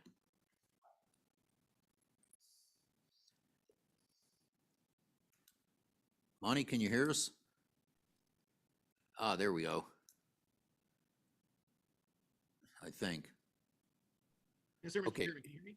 Mr. McLean, you're on. I think the connectivity isn't quite what it should be. We'll talk to our broadband people about that here. But if you would proceed, please. Well, good afternoon. No, we're having some real difficulty. Here, give us just a minute. Hang with us. Good afternoon. No, Mr. McLean, we're only getting about every third word. So hang on. We might not be able to do this. I apologize. Okay, would you try again, please? How about this? Can you hear me any better? Ah, that's good. Yes. Good. Okay, good afternoon to Chairman Landon and Co-Chairman Burkhart and all the committee members. I thank you for the opportunity to be able to comment on this topic, which is the emergency medical dispatch provided through ARPA funding and the proposed TCPR bill, which we are speaking against. My name is Monty McLean. As you know, I'm the president of the Wyoming chapter of Association of Professional Communications Officials and the National Emergency Number Association. I'm also the communications supervisor here for the Park County Sheriff's Office, where I have coordinated 911 for 17 out of the last 22 years here. And I worked as an EMS provider for the state of Wyoming for 30 years, just retiring at the end of 2021. So I know the chain of survival pretty well. With emergency medical dispatch, we are trained specialists that allow 911 dispatchers to provide the pre-arrival instructions to callers suffering a medical emergency. There's 34 different types of medical emergency scripts or cards, as some people call them, encompassing everything from difficulty breathing due to COVID to walking someone through childbirth. And yes, it includes telephone CPR. Telephone CPR is just one of those scripts, however, and with the state of Wyoming's population growing 43.6%, the senior population, 65 and older, we're seeing a huge increase across the state in medical 911 related calls, and EMS is being activated more and more as the population ages. In 2021, for example, we had 4,029 ambulance calls for service in Park County alone, but only 6 utilized telephone CPR, less than 1/100th of a percent. The EMD concept works in conjunction with EMS nationwide. It has become an expanded and expected standard of care for our nation. 911 centers here in Wyoming recognize that this is an essential service or an essential aspect of our services that we provide. But counties are struggling with the expense of implementing the programs due to low revenues from 911 surcharges, low county populations. They want to do it, they just couldn't afford it. I worked with the governor's office, the EMS task force, to identify areas that we could improve for EMS with ARPA funding.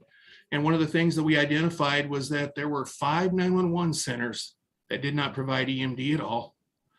2 agencies that were using flip cards, essentially an outdated version, didn't have the latest standards. Total of 7. It's essential that 911 be a link in the chain of survival. So we worked with vendors to see what it would take to get those up to date. As you well know, the governor's office requested $84,000 through ARPA funding to implement this project, and the legislature approved it without modification. And we can't thank you enough for that. However, the Association of Professional Communications Officials in NENA, the Wyoming chapter, we worked with a vendor called PowerPhone. PowerPhone is our EMD provider here in Park County. The company worked with us to be fiscally responsible and to make sure that they were able to help us out. As a result, all 7 agencies needing this EMD software, the total cost is going to come to just under $30,000, allowing us to save $54,000 of this ARPA funding for reallocation. One of the agencies was Washakie County. They were on it. Public information was out there that they were seeking funding. They were able to obtain it locally. Starting on the 16th of this month, the residents of Washakie County will have EMD provided through the 911 center. The communities that are receiving this funding are in Bighorn County, Hot Springs County, Johnson County, Converse County, and Niobrara County. It affects about 42,000 people. This price includes their software, all initial training and certifications for EMD as a whole, with specific 4-hour module for TCPR. The driving force behind the creation of the TCPR program is as a result of a committee the National Highway Transportation Safety Administration came out with called CPR Lifelinks, in which the American Heart Association played a huge factor. They adopted the American Heart Association standards of best practices to improve the first links in the chain of survival. And these companies have been doing this since 2012 when that product started. All the agencies involved have agreed that they'll be able to bear the burden of recertification down the road.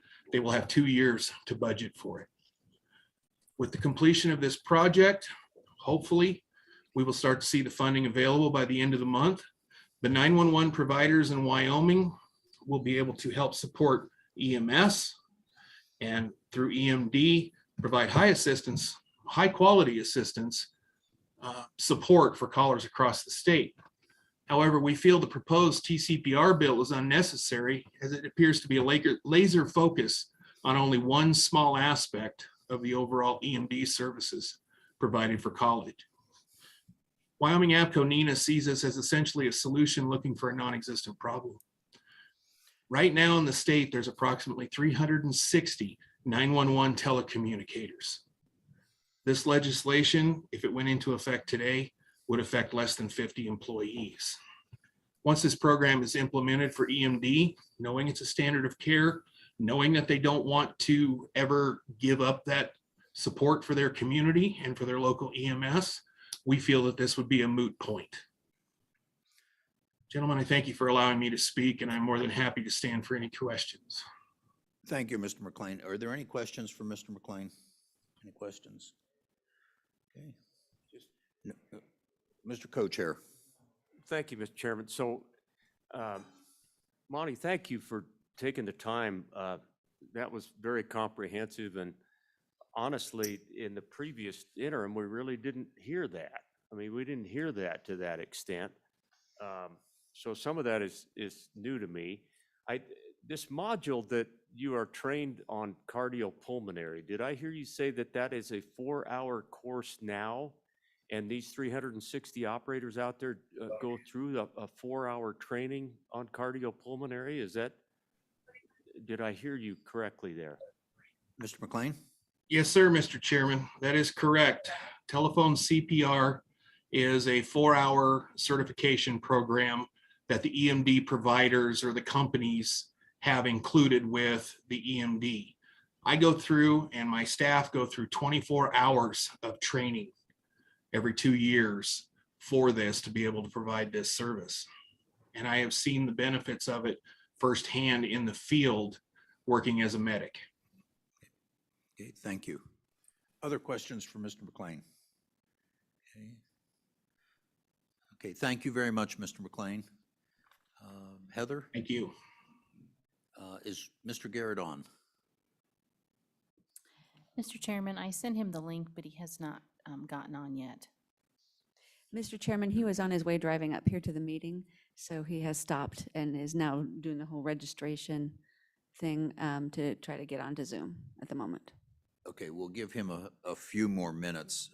As I warned people yesterday, you should be geared up and ready to go even early because of the schedule changes we may make. I would like to give him the opportunity, but I can only wait so long. Mr. Henderson, Representative Henderson.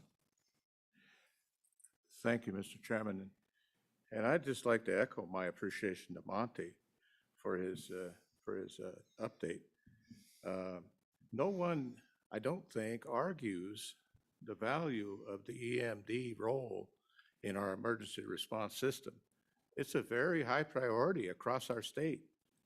What we're simply doing with this legislation is just adding a little information in the appropriate area for those areas of the state, the 7 locations, the 47 positions that don't currently have that capability, as a bridge, if you will, from where we are now as we transition to full implementation of the EMD. Monty summarized for us, what's all involved with this. You start up, then you have a periodic recertification. So in the process of preparing for the last time we went by, I had the opportunity to meet with folks from WYDOT who manage this important area with the dispatchers. And we have dispatchers who get hired that don't complete the 160 hours of their required training. And moreover, we have employees who start and then find something else and go on. So I guess it's important to me that we don't let the forest get lost for the trees. This is simply a very modest expense, and it's supported by the governor's policy staff. I shared with you last time, committee, the email that I received from the director in this important area. And so I don't think there's no harm, no foul. It did get good support on the Senate side, as you said, and was proposed to go to the floor. So I think we're in good position. We're not losing anything by allowing this to have discussion and perhaps revisit again in August. But I look forward to Mr. Garrett's update. He's very well versed and has participated with Monty and others on this important task force. There's a lot of holes that we have across our state that have been identified. And the money that's been available through the ARPA and others have definitely come at the right time, particularly for our rural areas. In Laramie County, I've talked with the head of our dispatch center. We have EMD. And she indicated to me that she felt the TCPR was very valuable and should be included. But as you see in the legislation that's proposed, we're not directing that it be included. We're just simply having it in there so that when the post commission looks at this area and those positions that they feel it would make sense to require it, well, then they have the wherewithal to go ahead and regulate and so forth. So I just wanted to take the opportunity while we're waiting to just kind of bring us up to date. But there's a lot of other areas related to this that the EMD will solve. But it's a whole menu of things. You mentioned pregnancy response and some other things, but you don't have but a matter of minutes when oxygen stops to the brain to get that oxygen flowing again. And this CPR is already in the process of required training for these dispatchers and others. I think there's an opportunity here to incentivize our employees to get this training because it doesn't take that long, right? And not just employees, but everybody and other people in the community. If you're out on the hunting or a fishing trip and someone stops breathing, wouldn't it be nice if you didn't have a cell signal, somebody to do CPR? And so I think if we can promote the usefulness of having this capability, I don't see any problem with it. But I look forward to Mr. Garrett's testimony. Okay, Heather, you've already allowed Mr. Garrett in. Thank you. Richard apologized, but the schedule is very fluid today. Thank you for finding a place where you had connectivity. We can see you. Say something to tell if we can hear you. Good morning, Mr. Chairman, members of the committee. I hope you can hear me. Yes, we can. Although your audio, your visual doesn't match your audio. We can see you. Keep talking.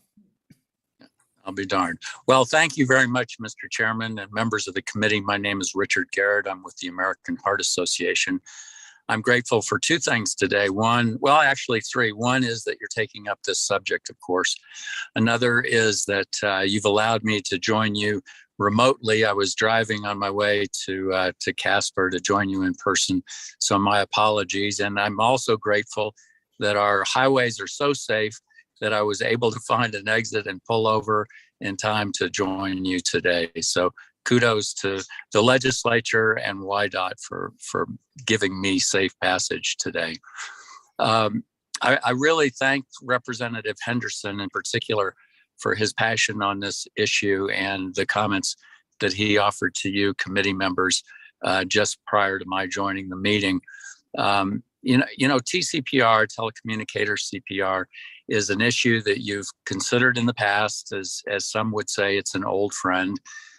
We thought about it, I believe, last session, and it was approved as an interim topic and moved through the interim. Your committee heard a lot of testimony on it, both for and against.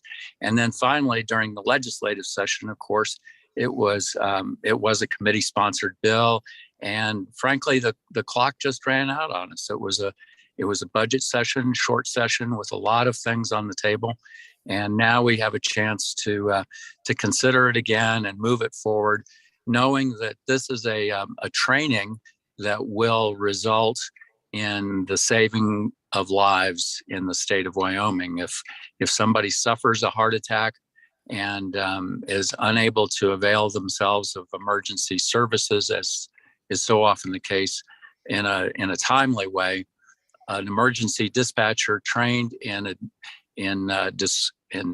coaching an emergency caller through administering CPR, even if that person does not know CPR, can make the difference between saving a life and losing a life.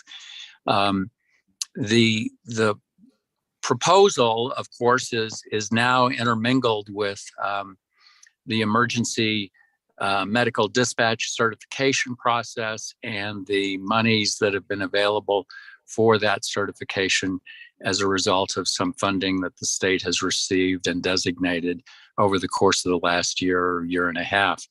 Our objective primarily is to make sure that TCPR continues to be part of this conversation.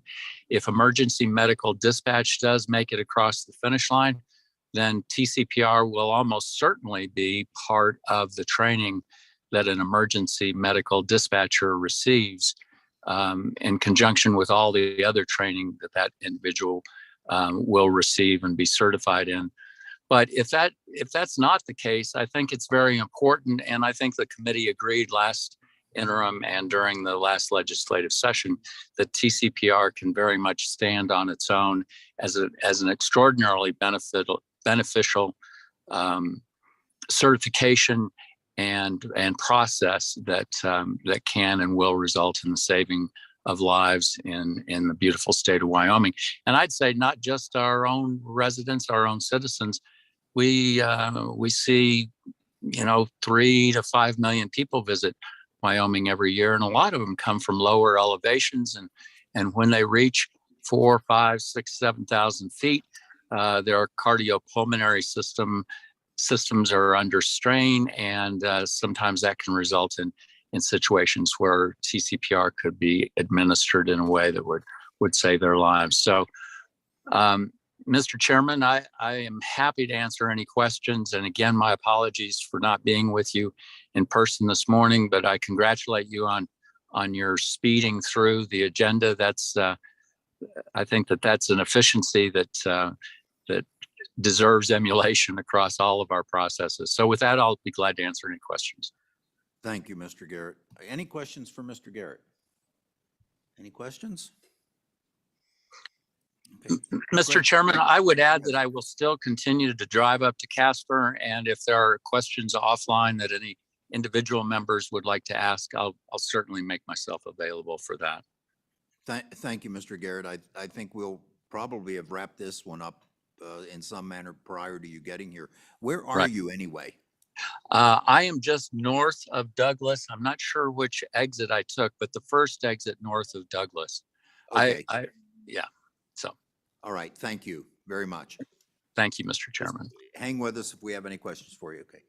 Certainly. So, anyone else on virtual? Okay. Anyone else in the room for public comment? Yes. Lieutenant Colonel.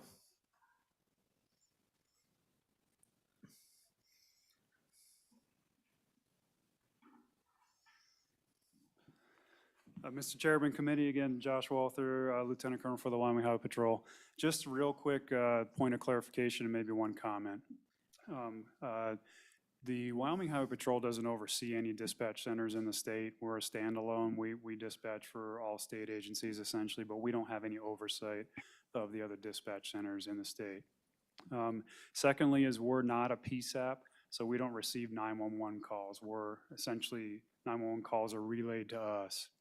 So this may impact us in the long run if we were to become a PSAP or a secondary PSAP where 911 calls can be transferred to us when there's a shortage of staff or whatever, or center goes down around the state.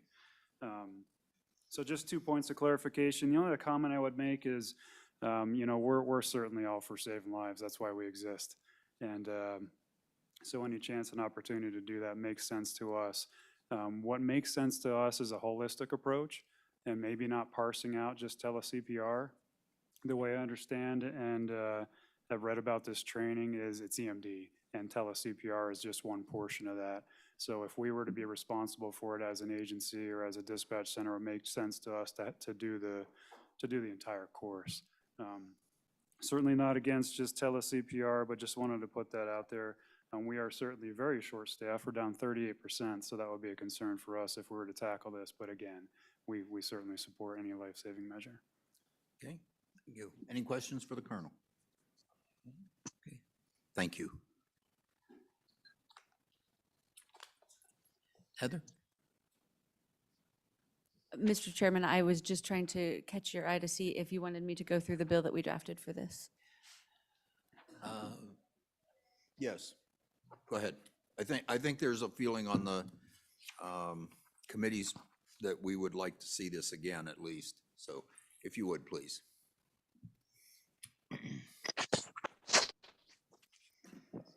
Mr. Chairman, this is, the bill draft is 23 LSO-00ZZ, again, because the system has not yet had the opportunity to number it. And the bill draft, it goes into section 9-1-702, which it describes what the commission, the Peace Officer Standard Training Commission, and there we go, there it is, Peace Officers Standards and Training Commission. Couldn't get that out right there. That they shall establish course they already are required to establish course requirements for dispatcher training. And what the bill does, and this is the bill from last year, but this is just refreshing the committee's recollection, that the training should include current guidelines on emergency cardiovascular care and relaying appropriate cardiopulmonary resuscitation instructions to callers for those positions that the commission determines require that kind of training. So that's written out as the telecommunicator cardiopulmonary resuscitation training. And then it requires the promulgation of standards necessary to complete this act. That's what the post-commission does. And then that's the bill. It's what you did, basically what you saw last year, but with new dates. Okay. Questions for staff on the previous bill? Okay. Heather, thank you. So I think we've discussed this. I'll ask one more time because I haven't closed it. Is there any more public testimony here or virtually? No. Okay, with that, I'll close public testimony. So committee, Representative Henderson. Thank you, Mr. Chairman. I would move that we proceed. We've already done the hard work. We've listened to the testimony twice now. We voted it out of committee 13-1 last time. I also, by the way, visited the Post Academy where this training, people are trained, and I was informed it would be no issue. It would have to take guidance on those positions that are required, and it's cost effective. So I moved that we move move it to August as a draft. So Heather, I don't think we need a motion, just prepare it as a draft for August. I'll Okay, just make that Mr. decision. Chairman, it is prepared as a draft. Just bring it again then. Oh, Or do you want yes. changes? Because this has been moved, prepared. I'm just trying to get direction. So this topic should be on the agenda again in August? yeah, once we can get it numbered in as a draft, let's do it formally. You know, we'll have, other than ZZ or, Mr. Chairman, yes. I would move these, take a vote, call the question. Second that. Okay, so motioned and seconded. Any discussion? Discussion? No discussion? I'm waiting. Question being called. All those in favor, please say aye. Oh, you're right. It requires a voice vote, roll call vote. Heather, if you would take the roll. Senator Anderson? Aye. Senator Furphy? Aye. Senator McEwen? Aye. Senator Pappas? Aye. Representative Baker? Aye. Representative Burt? Aye. Representative Henderson? Aye. Representative McGuire? Aye. Representative Obermuller? Aye. Representative Hearn? Aye. Representative Romero Martinez? Excused. Representative Stivar? Aye. Chairman Burkhart? Aye. Co-Chairman Landon? Aye. That passed. Okay, Mr. Co-Chairman, please. maybe you can explain to me what I just voted for. Did we just forward this bill to the session? Yes. Yeah. Yes. I thought so. I Yes. just wanted to make sure. It'll get because numbered in, I even like though to be it's able to tell my constituents why I voted the way I did. So, okay. Yeah, thank you very much. A little confusing. I apologize for that.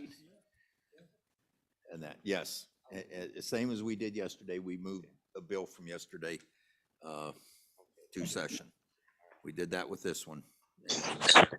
So Heather, one thing on just logistics and that, you did it for us last year. If you would start a spreadsheet of what we've actually done, the bills we've approved and that, because we'll figure out later where to assign those, where to start them. Certainly, Mr. Chairman. Thank you.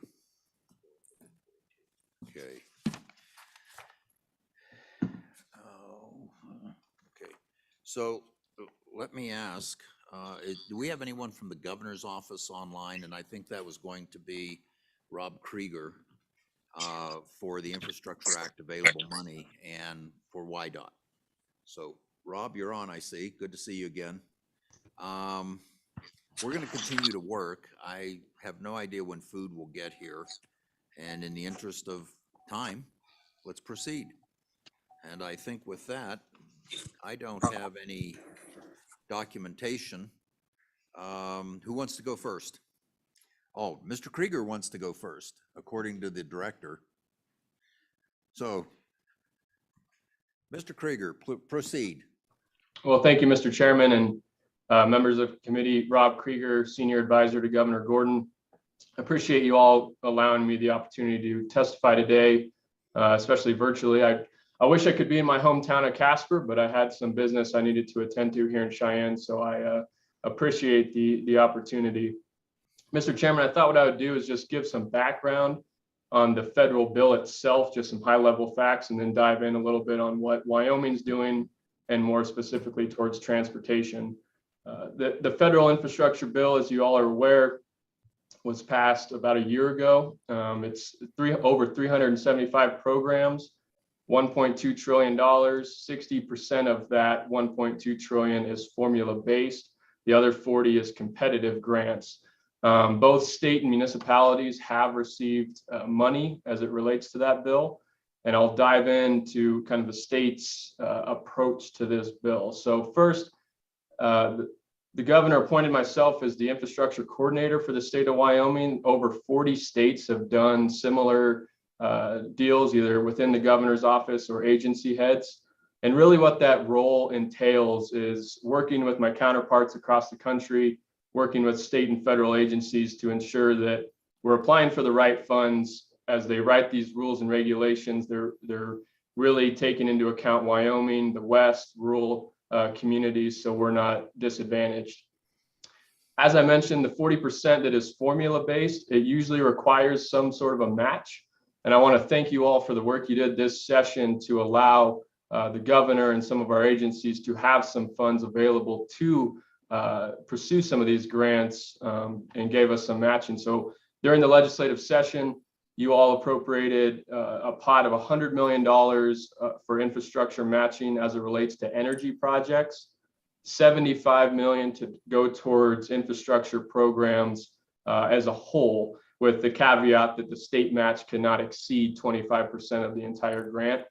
Another $25 million to satisfy the 25% match we need for the broadband program, which is really crucial. That the NOFO, the Notice of Funding Opportunity for that program, is expected to come out on May 16th.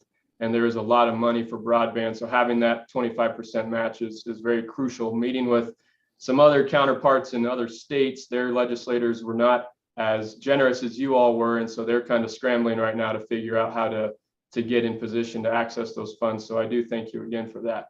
And the last matching pot was $10 million for wildlife crossings. How we've set up this team, because again, this is such a large federal bill, is we have myself and Russ Noel from the Department of A&I to kind of oversee the team itself. And the team is 5 subgroups. We have energy, transportation, natural resources, education, and broadband. Those teams are meeting weekly. We're going over the competitive grants mainly because the formula funding we're expected to receive. So that's really the competitive ones that we're zeroing in on to make sure that Wyoming is not missing out on. On the federal side, this bill is really still in its infancy, which is part of the reason that my testimony today will be somewhat brief. A lot of the regulations and rules have not even been written for this bill yet, so we're still kind of at a hurry up and wait situation. A big tranche will be coming out in the middle of May, and so we're gearing up to get ready for that. Some challenges that we're facing, and we are not alone in this. A lot of my counterparts across the country are facing this as well, is simply the administrative assistance when it comes to these grants. As you all know, federal grants require a lot of reporting on the back end. Making sure we have grant writers, so on and so forth is a challenge, but we are working and really pushing the federal agencies to allow, as they write these rules, a percentage of the grant to be allowed for administrative planning, grant writing sort of positions so that the state can access those. The or not necessarily priorities, but some of the bigger projects that we are already zeroing in on, and some of these will be, Mr. Chairman, more in the other committee that you are on with minerals, but we are really focusing on the hydrogen hub. We have created an MOU with the state of Utah, Colorado, and New Mexico to try to land a hydrogen hub in the West. In the federal bill, it allows for 4 regional hydrogen hubs. So we are hoping that Wyoming and our neighboring states can really put a joint effort together to land one of those. Carbon capture, that's obviously been a big priority of the governor since he started, and that continues with this. There are some demonstration projects that are allowed in this bill, also competitive. We do not know the matching requirements yet for that, but that is a project we're focused on. Irrigation and water infrastructure, that is a huge one. Again, waiting on the rules and regulations to come from Washington, but we do have, again, thanks to you all, some money set aside to get ready to apply for those projects. Broadband is another big one. Broadband is, the estimates when you talk about ARPA as well as infrastructure, we're looking at upwards of $400 million in broadband infrastructure over the next 4 years, which is a very substantial amount.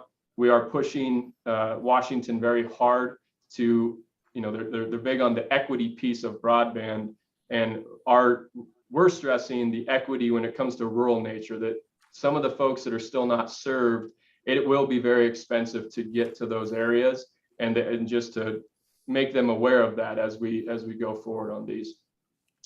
Transportation specifically, and I know Director Reiner is in the room, so he can drill down a little deeper into these, but just some high level figures of what YDOT is getting through the formula funding. From 2022 to 2026, they're expected to get over $1.7 billion in surface transportation, $250 million for aeronautics, $225 million for bridges. So altogether, those are just some of the areas, but altogether, the formula funding that YDOT's expected to receive through this bill is in excess of $2 billion. On the competitive side, one thing we've already applied for through the Department of Transportation is the RAISE program. That was, I want to say, April 14th that we put off our application. And that was essentially for planning dollars to really drill into and look at addressing the I-25, I-80 interchange. We have tried for grants like that in the past and unfortunately have not received them. So we're hoping that this one they will accept and we will get some planning dollars for that.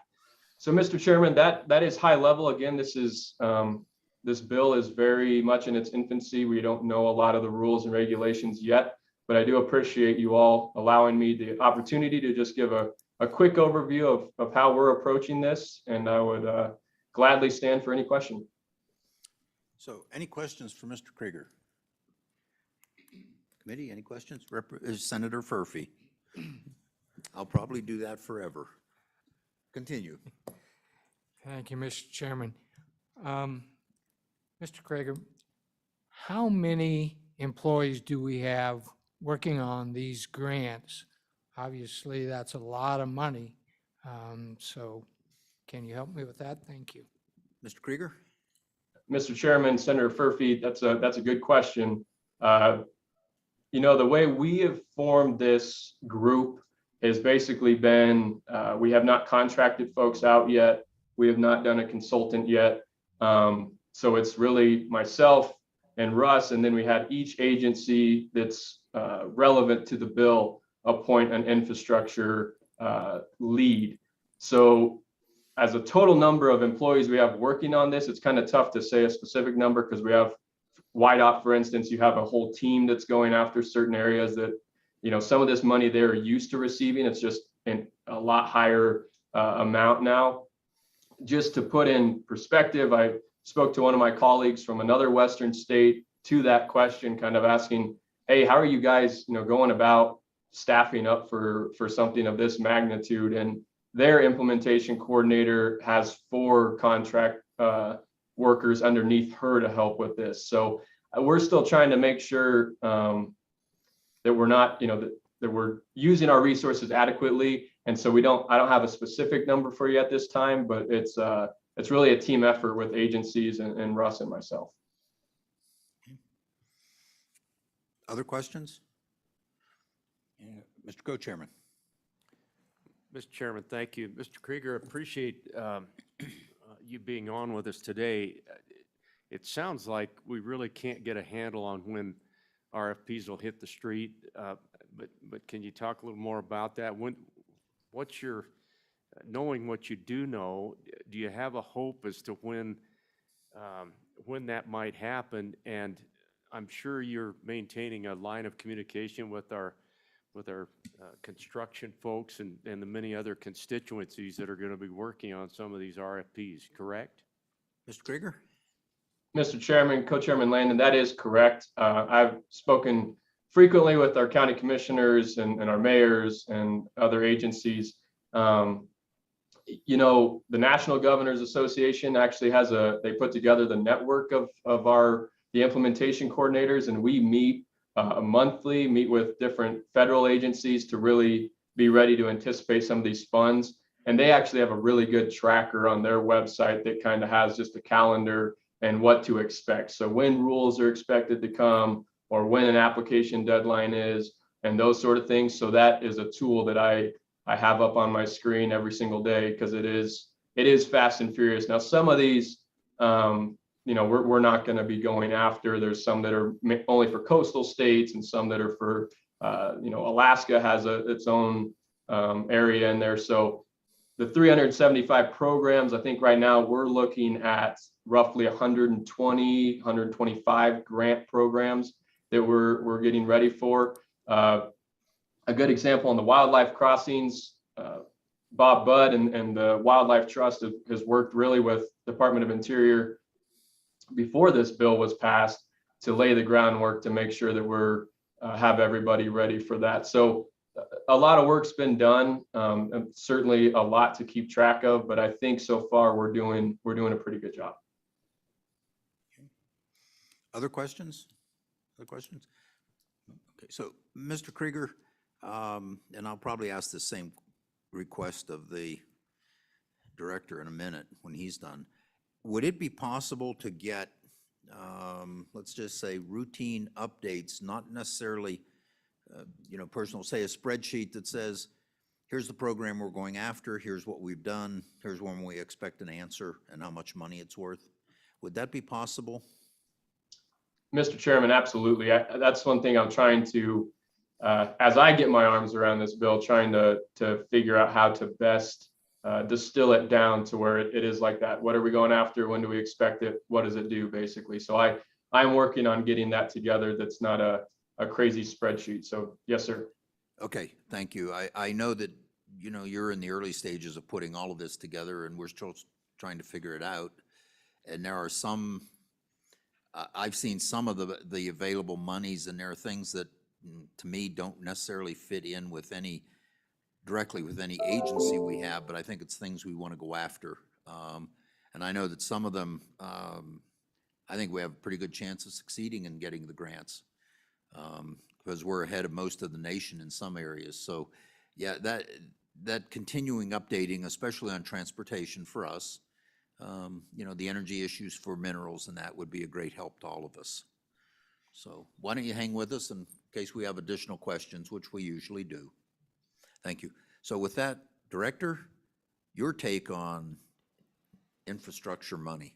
Yeah, thank you, Mr. Chairman. So again, we'll probably keep these comments pretty much at the pretty high policy level.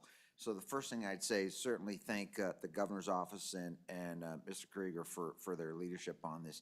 I think it really is important to take an all-of-government approach to this, and they're certainly leading that charge. So we participate in a couple of those work groups, but we've identified a primary person in our office to be everything with grants, and her name is Allie, and she's doing a great job, fully integrated with the governor's office on these teams. We have also adjusted really our internal comms within the agency, because this is so important to us that we've got to make sure that we're tracking the information like we need to. And so even to the extent of changing our staff call and how we brief each other, just to track this as we go, because it's so important. We, as Mr. Krieger said, there's significant amount of money coming to us. Really, as we looked at sort of, hey, how does that adjust? It's about $100 million more on surface transportation per year. So that's about $500 million over the 5 years. It's about, it's $45 million per year in bridges, and it's $50 million per year in airports. So that's sort of how I've mentally broken it down into these year chunks, which is in addition to what we've normally received. So then you sort of got to think through, the process of, hey, how do we make sure that the systems that we currently have in place can respond to the extra revenue that's coming in? And so we have accelerated the design of projects. All right, now we've done a good job over the past years of having projects on the shelf, but we got to pull them off the shelf, and that means we got to start designing more.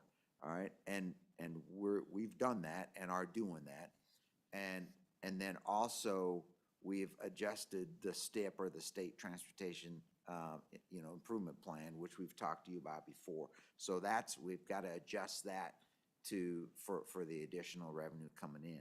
Now, the reality is that between inflation and some other factors, it's eating in to really sort of the number of projects we can do. And so you're probably not going to see the total benefit that we would like. But the good thing is that we're sort of being able to adjust for inflated prices, because as you know, I mean, it's impacting what we do significantly. So I'm very comfortable right now where we're at in coordination with the governor's office and internally to make sure we're tracking these changes to take full advantage of the money. Now, as was discussed yesterday, you know, our budget constraints makes our ability, specifically in terms of state money, makes it very difficult internally to match discretionary grants. And so all matching right now would come really through working with the governor's office and in terms of, hey, which one of these discretionary grants can we pursue? Because we just flat don't have the state match to match it. Will, right now, committed, and I don't see any issues with matching formula dollars.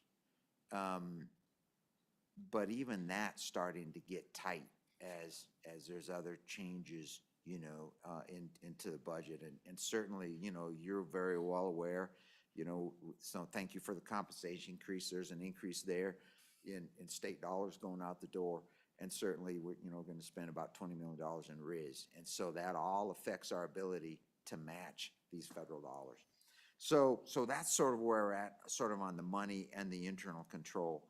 Now, that being said, even within the bill, there's some things that we were working, you know, with the governor's office and with USDOT on in terms of where we're at here. There's some NEPA changes that have been suggested that we don't see as very positive. And so really trying to work to sort of, you know, lessen the impact of those changes. And then you're probably tracking Buy America.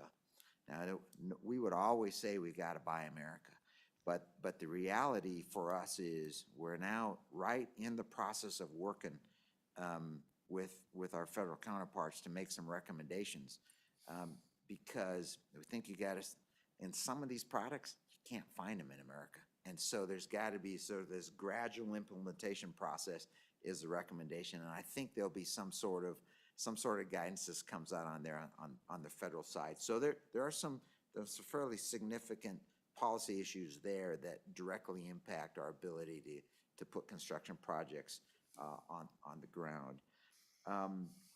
There has been some effort from Federal Highway to dictate our projects, and the states have pushed back fairly hard on that as well.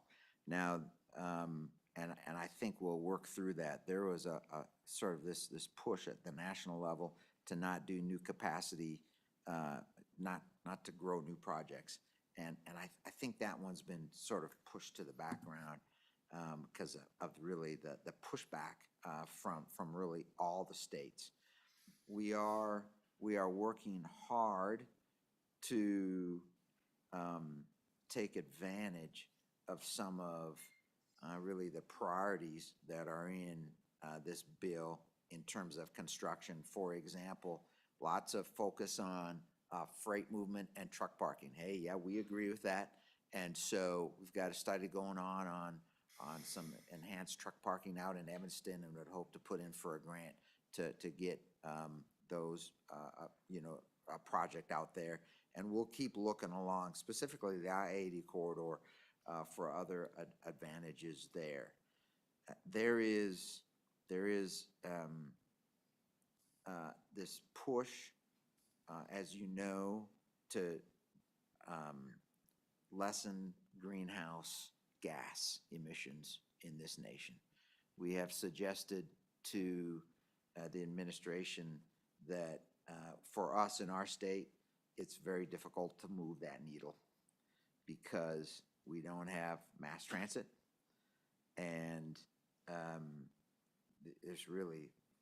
it's hard for us to significantly move that needle, and so we're working in that space. Now, that being said, certainly taking full advantage of the transportation alternative programs that we spoke with before, and in terms of bike ped and other, and it all counts. And so we'll keep working in those areas.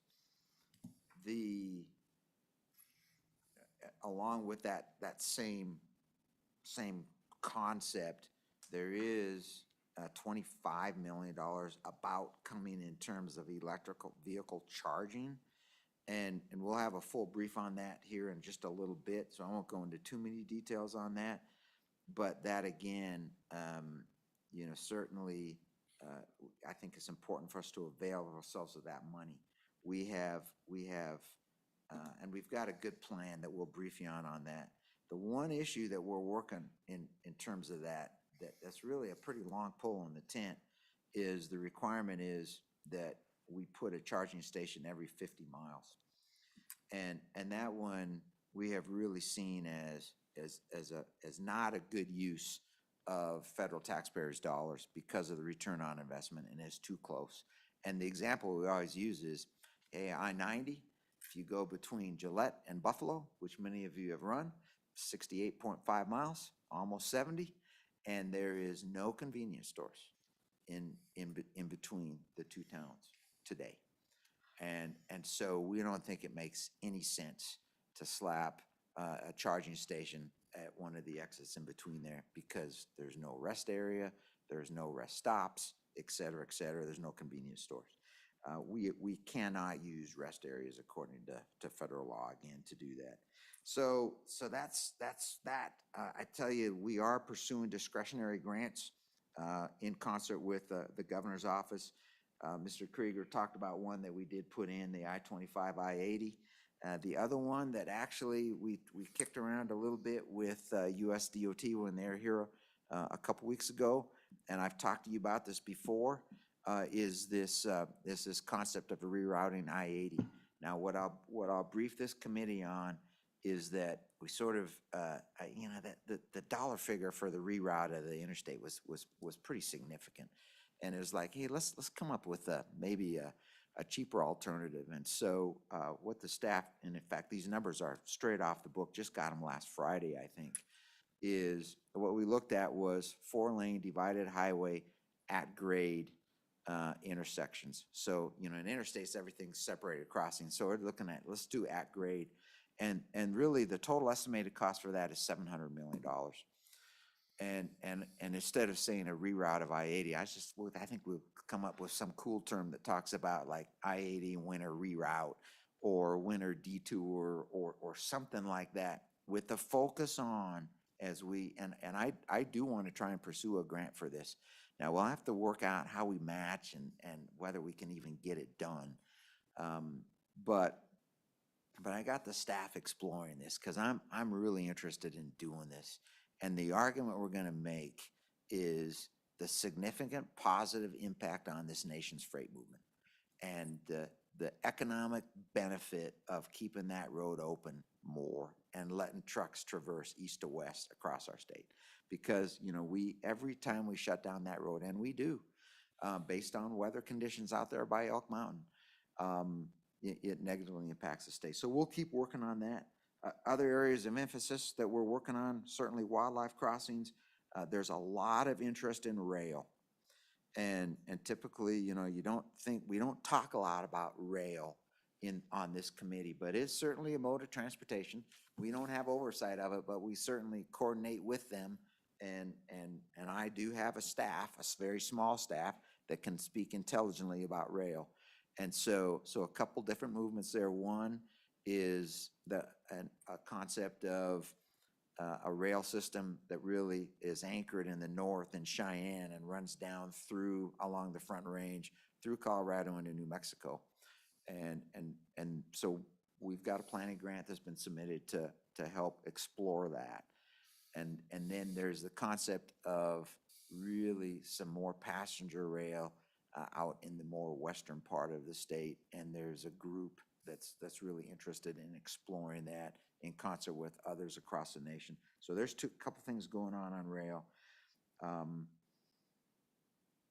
think probably that's a quick, or maybe not so quick, recap of sort of the big policy level and big picture stuff that we're looking at. But you know, when you start looking at workload, as been discussed, I mean, there's opportunities to excel on many fronts.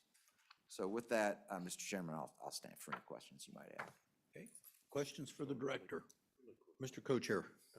Just a quick one, Mr. Chairman. So Director, it strikes me that as you roll out just the transportation piece, just the highways and bridges piece, have you given thought to projects that are not just shovel-ready, but perhaps quick fixes along the way so that you can roll this infrastructure dollar out a little more quickly?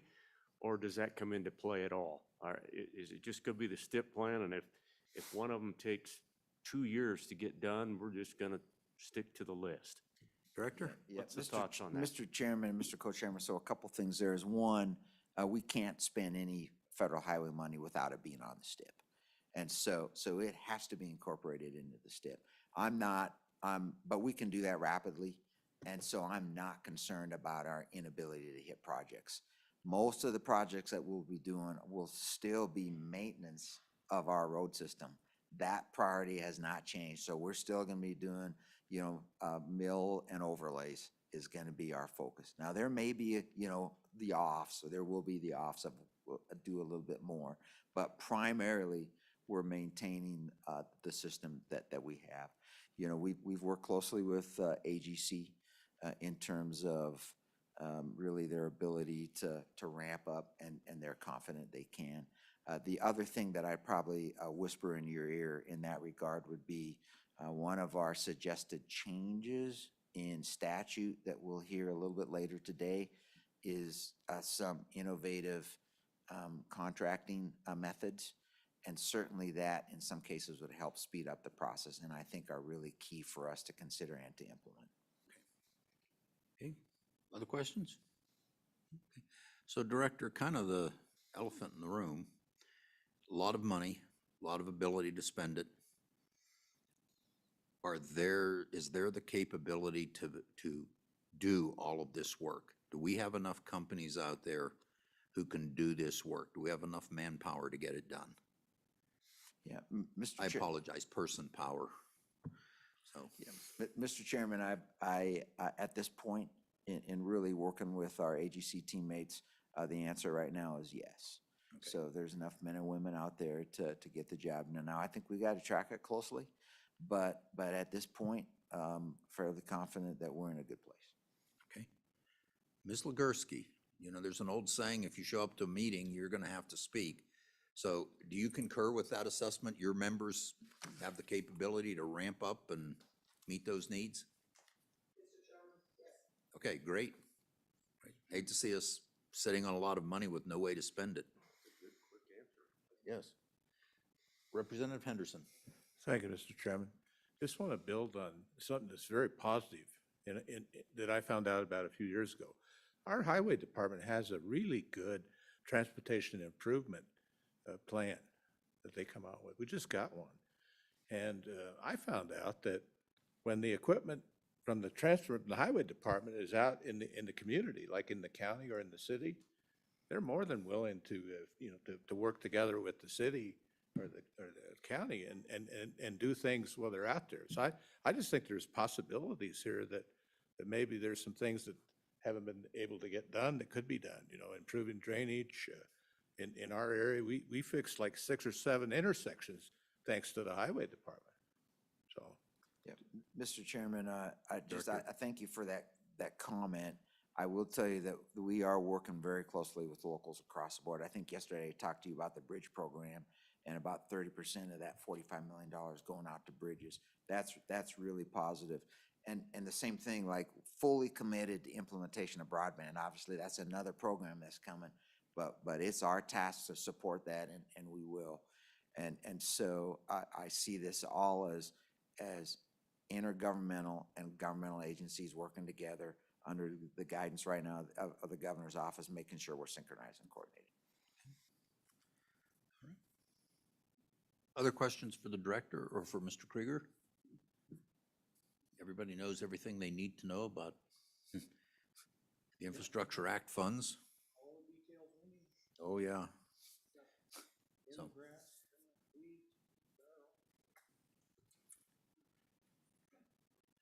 Okay, thank you both very much. We look forward to continuing updates, and I hope, Mr. Krieger, by our August meeting, you have some more concrete information for us. I know it's a kind of a daily change and all of that, so thank you.